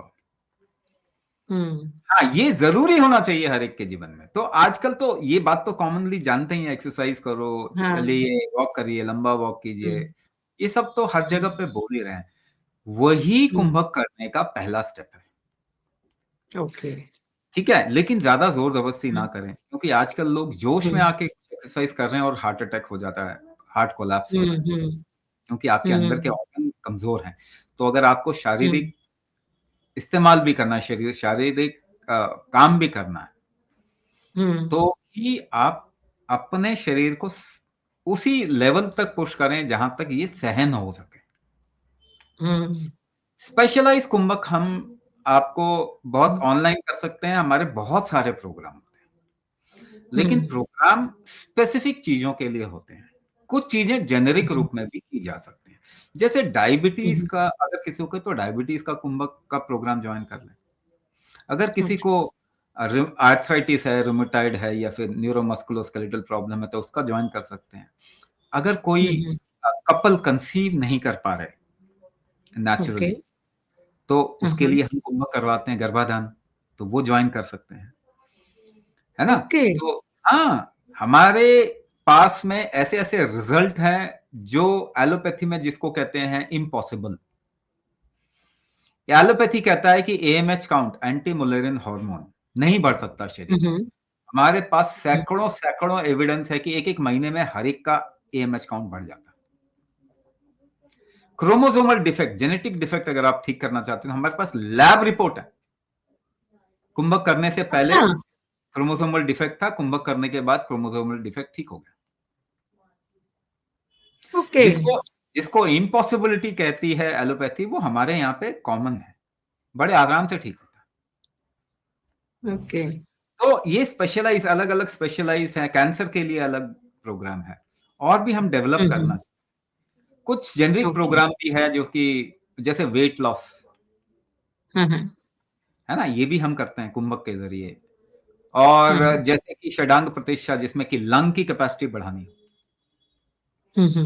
ना, जिसको अस्थमा एलर्जी है वो तो कर ही सकते हैं, मगर आपको लंग की हम्म। कैपेसिटी आज सभी को बढ़ानी है। तो हम्म। जेनरिक प्रोग्राम है जो ओवरऑल हेल्थ देता है आपको। ओके। तो और भी हम डेवलप कर रहे हैं प्रोग्राम, मेंटल इश्यूज के लिए डेवलप कर रहे हैं, बच्चों के अलग प्रोग्राम होते हैं। जैसे हमारे पास में अच्छा। ऐसे बच्चे हैं जो इंसुलिन लेते थे, कुंभक करने के बाद अच्छा। इंसुलिन इंसुलिन छूट गया उनका। ओके। ठीक है ना। तो बहुत अलग अलग प्रोग्राम है, सब ऑनलाइन बड़े अपने घर में बैठ के आप कर सकते हैं। और प्रोग्राम डेवलप करना चाहता है, ऑफलाइन भी करना चाह रहे हैं, मगर ऐसे लोग जुड़े हैं जिनके पास में ऐसी जगह है जहां हम ऑफलाइन कर सकें, तो हम वो करेंगे। हम खुद भी ढूंढ रहे हैं इस वक्त में। हाँ, कुछ बेसिक तो चीजें। ऑफलाइन में आप अपने मतलब टीचर्स को भेजेंगे ऑफलाइन ऑफलाइन में प्रोग्राम्स के लिए? ऑफलाइन में डिपेंड करता है। प्रोग्राम तो मैं ही डेवलप करूंगा, टीचर्स जो है हाँ वो हाँ उसको कंडक्ट कर लेंगे। कुछ सेशन मैं भी ले हाँ। सकता हूं, अगर एक अच्छी बड़ी पॉपुलेशन को ला सके तो मैं फिजिकली भी साथ में हाँ। बैठ के उनके सेशन करवा सकता हूं। ओके। बहुत ऑप्शन तो बहुत सारे हैं। तो हम ये चाहते भी हैं कि जैसे कि हेल्थ को लेके हम कुछ ऐसा क्रिएट करें जो कि हम फ्री में पॉपुलेशन, पूरी पॉपुलेशन को डिस्ट्रीब्यूट कर सकें। जैसे कि हाँ जी। एक और चीज, फीमेल प्यूबर्टी को, बच्चियों में प्यूबर्टी आती है तो उनको एग्जैक्टली मालूम नहीं है कि ऐसे में करना क्या है। परंपरा भी हम्म। टूट गई, परंपरागत तौर पे उनको डाला ही गया था, मगर परंपरा टूट गई। परंपरा हम्म। टूटने के बाद में आज एलोपैथी उसके बारे में कुछ खास बात ही नहीं करती। हम्म। उनको मालूम ही नहीं एक्चुअली में एलोपैथी में उनको 80% प्रॉब्लम क्यों हो रही है उनको पता ही नहीं है। डायबिटीज हम्म। क्यों हो रही है पता ही नहीं, ब्लड प्रेशर क्यों हम्म। हो रहा है, हार्ट डिजीज, हार्ट अटैक इतना बढ़ क्यों गए पता नहीं, कैंसर क्यों हो रहा है पता नहीं, हम्म। थायराइड क्यों हो रहा है पता नहीं, ऑटोइम्यून डिसऑर्डर क्यों हो रहा है पता नहीं, मेंटल इश्यूज क्या हो रहा है, माइंड ही नहीं में पता होता क्या है। और कमाल की बात है, हम लाइन लगा के वहां ठीक होने जाते हैं, जिनको मालूम दवाइयाँ, ही नहीं हाँ। जिनको मालूम ही नहीं कि प्रॉब्लम क्यों हो रही है, उनके पास में हम ठीक होने के लिए जाते हैं। ऑब्वियसली दुनिया में बीमारी बढ़ेगी, कम तो होगी नहीं, हम्म। क्योंकि आप उनके पास जा रहे हो, इनको मालूम ही नहीं कि ये क्यों हो रहा है, पता ही नहीं, हाँ। पता ही नहीं है। तो दुनिया में तो बीमारी बढ़ेगी बढ़ेगी, कम तो होगी नहीं, हम्म। हम्म। है ना। तो अगर इसमें हम हम्म। ऐसा एफर्ट डालें कि एक हम्म। अलग नजरिए से हम हर बीमारी को डिफाइन करके लोगों को बता सके कि इसमें क्या हम्म। सपोर्टिव होगा, क्या चीज नहीं करना हम्म। चाहिए। तो हम्म। अगर फेमिनाइन फीमेल्स में, बच्चियों में प्यूबर्टी जैसे आती है, उस समय क्या प्रिकॉशन लेने हैं, क्या करना है, क्या नहीं करना, क्या चीज हम्म। कर सकते हैं जिससे कि उनकी प्रॉब्लम अगर हो रही तो ठीक हो सके, ये अगर हम उनको हाँ दें, जी। ये हाँ। अगर हम उनको बताएं, तो हम एजुकेट कर पाएंगे। बट ये एक बहुत बड़ा हाँ। काम है, तो हम्म। ऐसी बहुत सारी संस्थाओं को साथ में आना पड़ेगा हम्म। जो इस तरफ में काम करना चाहते हैं। I can build the whole hmm. Guideline, मैं उसे समझा के बिल्ड कर सकता हूँ, बट देन बहुत हम्म। सारे लोग मिलेंगे तब जाके ये पॉसिबल हो पाएगा। जी। जी।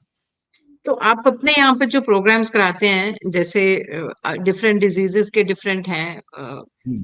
उसके प्रोग्राम्स डिफरेंट हैं, तो जैसे लोग ज्वाइन करते हैं तो आप नेचुरल है कि आप उनको उस, जैसे आपने माइटोकॉन्ड्रिया की बात करी, उस लेवल पर जाके पहले उनको समझाते हैं, जैसे सपोज डायबिटीज है तो क्यों है डायबिटीज, या बीपी है तो क्यों है बीपी, वो हम लोग सारा आप उनको एक्सप्लेन करते हैं, फिर वो स्टार्ट देखिए वहां से होता है?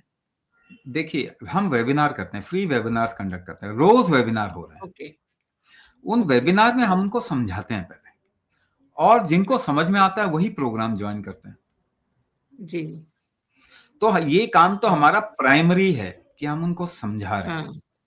कि आप समझो, एक हम्म। अलग नजरिए से देखो ना इस बीमारी को, क्योंकि जो आप हम्म। आज के नजरिए से देख रहे हो वो गलत हम्म। हो सकता है। वो गलत है तभी बीमारी बढ़ रही है, वो सही होता तो बीमारी ठीक हो रही होती। हाँ जी। एक एग्जांपल मैं आपके व्यूअर्स के लिए भी बता दूं। मान के चलिए जी। आपके शरीर में शुगर बढ़ा, कॉमन चीज है डायबिटीज आज के टाइम पे। हाँ तो जी। हाँ शुगर जी। बढ़ा उसको हम डायबिटीज कहते हैं। हम्म। मगर शुगर बढ़ा क्यों? हम्म। अच्छा, बहुत कारण हो सकते हैं। आखिर में क्या होता है आप गूगल करके देख लें, लास्ट में क्या आएगा पता नहीं। लास्ट में क्या आएगा पता नहीं। मगर आप भी तो, आपके अंदर कॉमन सेंस है। आप हम्म। सोचिए, आपके शरीर के ब्लड में शुगर बढ़ गया, शरीर भी हम्म। तो कुछ रिस्पॉन्स देगा उसके लिए, कुछ हम्म। करेगा उसको ठीक करने के लिए कि नहीं? तो क्या हम्म। करेगा, वो शुगर को निकाल देगा। हम्म। कैसे निकालेगा? फ्रीक्वेंट यूरिनेशन से। तो डायबिटीज का एक सिम्टम है फ्रीक्वेंट यूरिनेशन। तो वो कर क्या रहा है हम्म। शरीर? वो जो एक्सेसिव शुगर है उसको निकाल रहा है। अब हम्म। डॉक्टर ने कहा कि ये देखो तुम्हारे ना शुगर बहुत है, इसको कम करना पड़ेगा। शरीर तो कम हम्म। कर ही रहा है। अब पेशेंट हम्म। कहता है मुझे ना बहुमूत्र, फ्रीक्वेंट यूरिनेशन भी हो रहा है। डॉक्टर कहता हाँ वो भी एक प्रॉब्लम है। अरे वो प्रॉब्लम नहीं है, हाँ। ठीक है। अब दूसरी बात, डॉक्टर ने कहा ये मेटफॉर्मिन खा लो, इससे शुगर लेवल कम हम्म। होगा। खा के चेक कर लेना, देखना कम होगा। अब आपने मेटफॉर्मिन खाया, शुगर लेवल कम हो गया। खाने के हम्म। 2 घंटे बाद में टेस्ट कराया, पहले जितना था उसके मुकाबले कम हो गया। आपने कहा अरे मेटफॉर्मिन ने कम कर दिया। आप बड़े खुश हो गए। हम्म। डॉक्टर ने कहा देखो हमने कर दिया ना काम तुम्हारा, सही कर दिया। मगर आपने जब दवाई खाई तो वो जो ब्लड में हम्म। शुगर था गया कहां? या दवाई हम्म। खा गई शुगर को क्या? हम्म। शुगर को तो दवाई नहीं खाएगी ना। शुगर हम्म। ने आपके लिवर के, किडनी के, हार्ट के दरवाजे खोल दिए उस शुगर के लिए जो कि ब्लड में था, जो नहीं लेना चाहता था किडनी आपका। घर में कचरा फैला हुआ है, हम्म। वो हम्म। कचरा आपने कहा कि साफ करना है मुझे। कचरे को हम्म। आपने एक सोफे के नीचे डाल दिया, बेड के नीचे डाल दिया, है ना। डॉक्टर ने कहा कि देखो हमारा कचरा साफ तुम्हारा करता हूं अभी। फट से उसने कहा कि चलो इसको एक सोफे के नीचे, बेड के नीचे डाल दो। फिर आपको दिखाया, देखो साफ हो गया ना सारा। तो ब्लड हम्म। में शुगर टेस्ट होता है, ऑर्गन में शुगर का टेस्ट नहीं होता। हम्म। तो आप ब्लड में टेस्ट करते हैं। आपने मेटफॉर्मिन खाया, हम्म। उसे कहां डाला? हार्ट में डाल दिया, किडनी में डाल दिया। फिर ब्लड में हम्म। टेस्ट किया तो कम आ गया। हाँ। अब खराब क्या चीज होगी बताइए? हाँ, किडनी हार्ट और किडनी दोनों खराब हो गए। दोनों खराब होगी, और बढ़ रही है ये किडनी की हम्म। डिजीज, हार्ट हाँ, डिजीज बढ़ रहा बोलते है। भी है ऐसे कि प्रोलॉन्ग्ड शुगर पेशेंट्स जो होते हैं उनका एंड में किडनी फेलियर हो जाता है। किडनी फेलियर तो दवाई खाने की वजह से हो रहा है, हाँ। क्योंकि आप शुगर को किडनी में डाल रहे हो ना, किडनी के टिश्यूज हम्म। में डाल रहे हो ना। वो दवाई खाने की वजह से किडनी डैमेज हो रहा है। अगर दवाई नहीं खाते तो शरीर वो शुगर निकाल देता ना फ्रीक्वेंट यूरिनेशन से। हम्म। तो वो तो आपने करने नहीं दिया शरीर को। तो हम्म। शरीर के खिलाफ में जाने को हम ट्रीटमेंट कहते हैं, और इसको साइंस भी कहते हैं। बुखार शरीर करेगा, बुखार कम कर दो। उल्टी करेगा, उल्टी हम्म। बंद कर दो। दस्त करेगा, दस्त बंद कर दो। दर्द करेगा, दर्द काट दो। तो शरीर को टॉर्चर करने को हम ट्रीटमेंट बोल रहे हैं।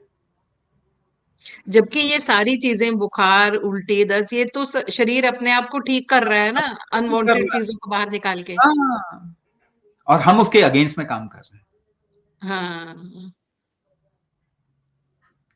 कभी कितना बड़ा सोचा भी गेम नहीं इस बारे में। है। हाँ, बहुत बड़ा गेम है और कभी सोचा नहीं। आई इसीलिए थिंक 90% पीपल कभी सोचते नहीं इसके बारे में। इसीलिए हेल्थ को की एजुकेशन हर एक के लिए जरूरी है। जरूरी है। ठीक। राइट। राइट। तो तो कुंभक भी मेरे हिसाब से, जैसे आपने बोला फिजिकल एक्सरसाइजेस, मतलब फिजिकल एक्टिविटी, वो तो बहुत मतलब बेसिक है। वहां हम्म, से शुरू होना है, वो वहां से सबके लिए शुरू। करना ही करना है। हम्म, और उसके बाद एक उसके बाद, नॉर्मल हेल्दी इंसान जो है, उसको भी ये वाली कुंभक की प्रैक्टिस करनी है। हाँ करनी चाहिए। उसको भी करनी चाहिए। लेकिन क्या है कि हम कुंभक को हमेशा कस्टमाइज करते हैं। हम दुनिया का इकलौता राइट। नॉन इन्वेसिव डायग्नोसिस करते हैं। इसे प्राण शक्ति डायग्नोसिस कहते हैं। हम ब्रेथ पे ना आपको कुछ एक्सपेरिमेंट कराते हैं, जिससे आपकी ब्रेथ की कुंडली तैयार करते हैं। ओके। जिस तरीके से ज्योतिष में आप कुंडली देखते हैं ना, उसी तरीके से आपकी ब्रेथ की कुंडली भी बनती है। तो उससे ओके हमें पता चल जाता है कि आपके शरीर में कौन-सा बल कमज़ोर है, ओके कौन-सा पक्ष कमज़ोर है, जिसकी वजह से आपको प्रॉब्लम आई। हम्म फिर हम उसको कस्टमाइज़ करते हैं उस बल को स्ट्रॉन्ग करने के लिए। तो ये ठीक है कस्टमाइज़ थेरेपीज़ हैं। ये अच्छा कुंडली हम हर एक के लिए तैयार कर सकते हैं। जेनेरिक लोगों के हाँ लिए भी जो कि प्रिवेंटिव केयर में जाना चाहते हैं, उनके लिए हम्म भी कर सकते हैं। पर अभी क्या है, हम्म क्योंकि बीमारी का हम्म प्रकोप इतना बड़ा है, हम्म, हमने शुरू किया तो बीमारी को ठीक करने के हाँ उस तरफ से ही शुरू किया। हम्म हम्म जैसे-जैसे हम्म और हमारे पास में लेवरेज आएगा, लोग जुड़ेंगे, हम्म तो हम हम्म जेनेरिक हेल्थ का पूरा मॉड्यूल डेवलप कर सकते हैं, जो कि स्कूलों में हम्म सिखाया जा सकता है, जो कि इंस्टीट्यूशन में हम्म सिखाया जा सकता है, कॉर्पोरेट में सिखाया जा हम्म सकता है। सिंपल मेथड्स येट पावरफुल, जो कि आपको प्रोटेक्ट कर सकता है, फ्यूचर क्रॉनिक हम्म डिजीज़ में जाने से रोक हम्म सकता है। हम्म तो ऐसा हम्म, कर सकते हैं। हाँ हुँ। ठीक है अच्छा एक बात और थी मैंने कहीं पढ़ा था कि कुछ क्या कुछ बंद होते हैं हाँ, हाँ। हाँ, जलंधर बंद हाँ, बंद भी कुछ होते हैं। ऐसे 3 बंद होते हैं तो कुंभक बंद में उन बहुत तीनों हाँ, बंधों का भी यूज करते हैं हाँ, बंद तो देखा जाए तो 108 बंद होते हैं। अच्छा आज जी के समय में जो पॉसिबल है 84 बंद पॉसिबल हैं और अच्छा मुझे तो 3 ही सूक्ष्म मालूम है हाँ, और सूक्ष्म जाएँ तो फिर 72,000 हम्म, बंद भी हो और ओके और सूक्ष्म में जाएँ तो 84 लाख बंद हो सकते हैं। ओ जिसमें से कि 3 प्राइमरी हैं क्योंकि अगर हम कहते हैं ना कि एक यूनिवर्स बन गया, तो वहाँ से देखेंगे तो मिलियंस में दिखाई देंगे। यहाँ से देखेंगे तो 1, 2, 3 में भी दिखाई दे सकते हैं। हम्म। तो प्रैक्टिकली 3 एक ऐसी चीज़ है, इसीलिए हम्म महादेव त्रिशूल पकड़े हुए हैं कि 3 से शुरू करो। 3 है 3 किसी को डुअल चीज़ में मत समझो, 3 में समझो कम से कम। हम्म हम्म तब जाके आप उसको उसका सॉल्यूशन क्रिएट कर सकते हो। तो हमारे शरीर में बेसिकली 3 तरीके के आयाम हैं जो कि मूलभूत फंडामेंटल हैं, हम्म है ना? इसको हम दक्षिण, गृहपत्य और हम्म, आह्वानीय इन 3 नाम से जानते हैं। ये अच्छा 3 अग्नियाँ भी होती हैं, मगर ये 3 बल भी होते हैं। ओके और इसको हम ऐसे भी समझ सकते हैं कि बेसिकली अगर आप देखें तो अ, ऊर्जा को 3 स्वरूप में देखा जा सकता है। हम्म नीचे गिरती हुई ऊर्जा, ऊपर उठती हुई ऊर्जा और फैली हुई ऊर्जा को समेटने का नियम। ओके ठीक है ना? 3 तरीके से देख सकते हैं। हम्म तो फैली हुई ऊर्जा को समेटना है अगर, हम्म तो इसके लिए आपको उदान का इस्तेमाल करना पड़ेगा, उड्डयन बंध बनता है। ओके ठीक है? नीची हम्म नीचे जा रही है ऊर्जा, उसको अगर आपको हम्म सँभालना है, हम्म नीचे जाती हुई ऊर्जा को सँभालना है, तो हम्म मूल बंध बनेगा। हम्म अगर ऊपर उठती हुई ऊर्जा को रोकना है, तो हम्म, जालंधर बंध बनेगा। हाँ हाँ, तो 3 तरीके से उठती हुई ऊर्जा को आप रोक रहे हैं, हम्म नीची हुई ऊर्जा को आप सँभाल रहे हैं और फैली हुई ऊर्जा हम्म, को समेट रहे हैं। समेट रहे हैं ठीक है तो ठीक बेसिकली 3 तरीके से देखें तो ये आसान होता है करना, 3 बंद बनाएँ तो उसमें से 1, 2, 3 बंद हम्म करना आसान। लेकिन वही अगर हम्म मैं बोलूँ 6 बंद करो तो नहीं कर पाएँगे, और हम्म, कॉम्प्लेक्स होता जाएगा। फिर वैसे हाँ बोलूँ 12 बंद करो, तो 12 बंद हाँ करना बड़ा मुश्किल हो जाएगा। हाँ अष्टांग बंद हो तो सकता है। हाँ तो शुरुआत के लिए 3 बंधों से 3 स्टार्ट 3 कर से ही हम सकते सभी को हैंडल कर सकते हैं। हैं 3 ओके से ही सभी को हैंडल बंद कर सकते हैं। अब देखिए हज़ारों, लाखों तरीके के बंद होते हैं। एक आदमी कुंभ में एक साधु हाथ उठा के रखा हुआ है और उसका हम्म हाथ बिल्कुल ही डेड हो चुका है। हम्म वो भी एक बंध है। एक इंसान हम्म केवल लिक्विड खा रहा है, वो भी एक बंध है। एक इंसान कायाकल्प कर देता है, शरीर को वापस से जवान बना देता है और वो 200-300 साल तक जी जाता है, हम्म वो भी बंध है।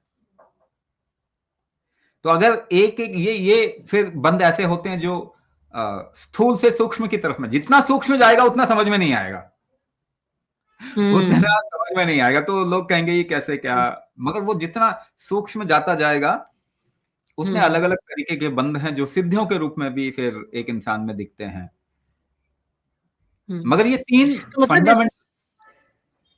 तो इसका मतलब है कि नियम भी, जैसे वो हाथ उठाने वाली आपने बात करी, तो वो उसमें नियम है, मतलब उन्होंने एक नियम का फॉलो, कि मेरे को ऐसे ही रखना है, तो ये एक नियम है, तो नियम का फॉलो करने से बंद है। बंध जो है नियम के प्रारूप के साथ ही जुड़ा हुआ है। देखो, यम हम्म और नियम, यम का मतलब हम्म होता है प्रकृति किस तरीके से काम करती है, उसके साथ में अपने हम्म। को सिंक्रनाइज करना, जोड़ना, विरुद्ध में नहीं ओके। जाना। हम्म नियम का मतलब होता है आपके शरीर में चीजें कैसे काम करती है, लिवर कैसे काम करता है, ब्लड का फ्लो कैसा होता है, हम्म हार्ट कैसे काम करता है, हॉर्मोन्स कैसे काम करते हैं, हम्म उसको एक गति देना या एक प्रारूप या एक स्ट्रक्चर देना, हम्म उसको नियम कहते हैं। हम्म यम अपने को प्रकृति के साथ में जोड़ना, सिंक करना, सिंक्रनाइज करना, ताकि आप उसके विरुद्ध में ना जाए, उसको यम कहते हैं। हम्म नियम हम्म आपके शारीरिक शरीर के अंदर किस तरीके से काम होता है, उसको एक हम्म स्ट्रक्चर देना, उसको नियम कहते हैं। तो जब भी हम्म किसी भी तरीके का की साधना हुई, हम्म वो दरअसल यम और नियम और नियम से हुई। के साथ ही जुड़ा हुआ है। हाँ, ट्रू। जब मैं ऊर्जा का फ्लो बोल रहा हूं तो वो तो नियम हुआ ना। हाँ, नियम, वही। आप उसको और नियामक, बंद नियामक हाँ। हो, उस हम्म नियम को स्ट्रेंथ देने के लिए या हम्म आयाम देने के लिए, हम्म। आयाम, प्राण आयाम, ऊर्जा के फ्लो आया। को एक डायरेक्शन देने के हम्म लिए जो आप हम्म करते हैं वो नियम हो गया। हम्म। ठीक है। अच्छा, मंत्र, कुंभक में मंत्रों का भी कुछ इम्पोर्टेंस है? जैसे कुंभक हर एक करते चीज वक्त का, मंत्र बोले। हर हाँ, हर एक एक्टिविटी का आपकी हम्म। मूलभूत ऊर्जा को आयाम देने के साथ में काम है उसका, अच्छा। है ना। अब मंत्र जो है, हम्म दो दो तरीके से आप अपने मूलभूत ऊर्जा को आयाम दे सकते हैं या डायरेक्शन दे सकते हैं। या तो हम्म आप अपने हाथ को खुद हिला सकते हैं, हम्म अपने बल पे वो काम कर सकते हैं, या हम्म कोई और आपके लिए वो काम कर दे। यानी हम्म आपका हाथ नहीं हिलाया जा रहा तो कोई बोलेगा कि अच्छा मेरा हाथ हिला दो भैया, इधर से उधर रख दो, कोई हम्म दूसरा व्यक्ति आके आपका काम कर दे। हम्म तो दो ही चीजें हैं, पहला अपने को एम्पावर करना, हम्म दूसरा बाहर का सपोर्ट लेना। हम्म तो बाहर का जब हम सपोर्ट लेते हैं तो उसके अंदर बहुत सारे पक्ष या फिर हम्म। डायमेंशन एक्सप्लोर किया जा सकता है, जैसे भक्ति का डायमेंशन एक्सप्लोर किया जा सकता है। ओके। तो भक्ति में आप अपने आप को कुछ भी नहीं मान रहे, हम्म आप एक दूसरी शक्ति को आह्वान करते हैं कि आप मेरे लिए काम कर दो। हम्म भक्ति बेसिकली भगवान को नौकर बनाना है और कुछ भी नहीं है, साफ बता रहा हूं। हम्म ठीक है ना। आप घर में खुद काम नहीं कर सकते, आप एक नौकर रखते हो, तो भक्ति में आपने एक भगवान को नौकर रखा हुआ है। हम्म ऐसा ही तंत्र में भी है कि आप हम्म एक शक्ति का इस्तेमाल करते हैं, हम्म मगर तंत्र में आप जब शक्ति का इस्तेमाल कर सकते हैं, ये ऐसे ही है जैसे कि सांप को हैंडल करना। हम्म तो आपको प्रिकॉशन भी रखना पड़ेगा। भक्ति हम्म में कोई प्रिकॉशन नहीं है, हम्म क्योंकि आप कह रहे हैं कि भाई वो मैं अपने आप को इस तरीके से रखूंगा ही नहीं कि मेरा कोई इस्तेमाल भी हो, मैं अपने आप को खाली हम्म करूंगा। आप आओ हम्म काम करो। तंत्र में हम्म आप कह रहे हो शक्ति का इस्तेमाल कर रहे हो, अपनी इच्छा से कर रहे हम्म हो। शक्ति तो एक नाग के रूप में, कोबरा के रूप में है। तो हम्म आप कह रहे हो मैं कोबरा को हैंडल करूंगा, कर आप हम्म बाहरी शक्ति को ही हैंडल रहे हो। आप हैंडल क्या कर रहे हो? बाहरी शक्ति को ही हैंडल कर रहे हो, मगर केवल आपको हम्म प्रिकॉशन रखने की जरूरत है, केवल उसको नियम जानने की जरूरत है कि इसको कैसे किया जाए, हम्म है ना? तो आप कोई भी बाहर भक्ति कर रहे हैं, तंत्र कर रहे हैं, है हम्म ना?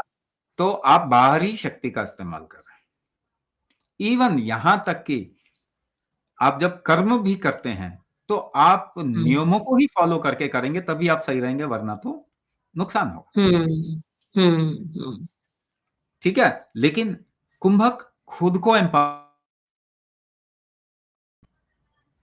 कि आप अपनी शक्ति से वो काम कर सकें जो आप बाहरी शक्ति से करवाना चाहते हैं। हम्म तो मतलब कुंभक में मंत्र का कुछ इम्पोर्टेंस है कि नहीं अब है? अब अब जरा देखते हैं, अब जरा मंत्र को थोड़ा और समझने की कोशिश करते हैं। मंत्र हम्म, किसी के साथ कनेक्ट करने का एक तरीका है, किसी शक्ति हाँ के जी। साथ में, बाहरी दैवीय आयाम के साथ में कनेक्ट करने का तरीका। तो हम्म मंत्र के साथ में अगर शक्ति होती है, स्ट्रेंथ, जैसे ऐसे मान के चलिए आपका हम्म, पंखा तभी काम करेगा जब वायर में करंट होगा, हाँ जी। ठीक है ना? तो पंखा जो है वो मंत्र है, लेकिन मंत्र काम कब करेगा? जब उसका जुड़ाव एक शक्ति के साथ में होता, जब प्लग इन हम्म होता। तो मंत्र एक लेवल पे वो तंत्र का हिस्सा है। हम्म दूसरे लेवल पे हम जो कुंभक आयाम में मंत्र करते हैं वो प्राण हम्म, मंत्र, वो शब्द अच्छा। मंत्र नहीं करते। यानी ओके। कि यानी कि आप इनहेलेशन, होल्ड, एक्सहेलेशन, प्राण को हम्म, आयाम देंगे एक मंत्र के साथ में, तो आप अपनी ही शक्ति जी, को मंत्र में स्थापना कर सकते हैं। अच्छा। तो ये बिल्कुल अलग आया। कुंभक में अगर हम हाँ। मंत्र का इस्तेमाल करें हम्म तो मंत्र का इस्तेमाल कर सकते हैं, मगर वो हम्म एक अलग ही आयाम है। मान के चलिए हम्म कि वो अगर मुझे ट्रांसफर करना, मेरे पास में जो भी आ, मैंने सिद्ध किया अपने जीवन में, हम्म जिसके ऊपर मेरा हम्म कंट्रोल है, अगर मेरे पास में कोई शिष्य आए और हम्म मुझे वो शिष्य को ट्रांसफर करना है, हम्म तो मैं अपने जीवन में एक मंत्र रख लूंगा जो कि कुंभक के साथ उस मंत्र को जोड़ूंगा, यानी प्राण के आयाम के साथ में। कैसे मैं डायरेक्शन दे रहा हूं हम्म प्राण को, उसको शब्द के साथ में मैं हम्म जोड़ू, हम्म और उसके बाद वही शब्द मैं शिष्य को दे दूंगा और उसको प्रैक्टिस भी दे हम्म दूंगा। तो क्या होगा? मैं जो कुछ देख पा रहा हूं, मेरी जो पोजीशनिंग है, स्थिति है, वो भी धीरे धीरे हम्म, उसी स्थिति में आ जाएगा। शिष्य की हो जाएगी। हाँ। शिष्य की भी स्थिति वही स्थिति हो जाएगी जो मेरी स्थिति है। तो मैं अपने आप को ही हम्म ट्रांसफर कर दूंगा अपने शिष्य में। हम्म ये गुरु परंपरा होती है। अच्छा। ये गुरु की एक स्थिति होती है, उसी को गद्दी कहा जाता है। वो गद्दी हम्म बाहर की गद्दी नहीं होती, वो जहां बैठ के हम्म संसार को देख पाता है वो गद्दी है, उसी को वो एक हम्म शिष्य में ट्रांसफर कर देता है। हम्म तो मंत्र का इस्तेमाल वहां पे होता ओके। है। ठीक है। ठीक है जी। हम्म आपका बहुत बहुत सारी आपने चीजें हमें बताई आज। बहुत सारी चीजें मुझे पता भी नहीं थी। आई एम श्योर लोगों को भी बहुत चीजों के बारे में ज्ञान नहीं है। एंड मैं आपके थ्रू लोगों से कहना चाहूंगी कि जरूर इस प्रक्रिया से जुड़ें, कुंभक को अपने जीवन में अपनाएं, और ताकि डिजीज फ्री रह सकें और दवाइयों से परे हो जाएं, अगर आप अपने आप को स्वस्थ और सुरक्षित रखना चाहते हैं। तो स्वामी जी, आपका बहुत बहुत धन्यवाद। आपने हमें बहुत सारी ज्ञानवर्धक चीजें बताई हैं आज।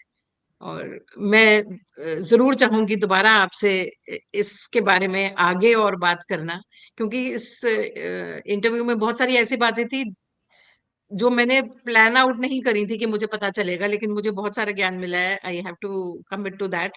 सो I would love to come back to you again sometime later. जो आपने आज हमें सिखाया है, बताया है, मैं उसको अपने जीवन में उतारूं, सारे दर्शक जो देखें वो अपने जीवन में उतारें। And we'll come back to you again for another session on this. Thank आप यू जब सो मच। आप जब बोलें, जब बुलाएं, मैं तो जी, मानवता का भक्त हूँ, आप लोगों का ही भक्त हूँ। Thank you so much. Thank and you I sir. Wish you all the best आप जो काम आप बहुत बहुत अच्छा काम कर रहे हैं, मेरे पास तो शब्द भी नहीं है, मैं किन शब्दों में जो मुझे ऐसे फीलिंग हो रही है आपके काम को देखकर, वो उसका बखान करने के लिए मेरे पास शब्द नहीं है। मैं बस चाहूंगी कि आप ये कार्य करते रहिए, और मैं चाहूंगी और संस्थाएं आप आपसे जुड़ें, जितने लोग इनको सुन रहे हैं और आगे सुनेंगे, आगे शेयर करिए, लोगों को बताइए, ताकि और ज्यादा से ज्यादा लोग और संस्थाएं स्वामी जी के साथ जुड़ सकें और मानवता का भला हो। जी। Thank you.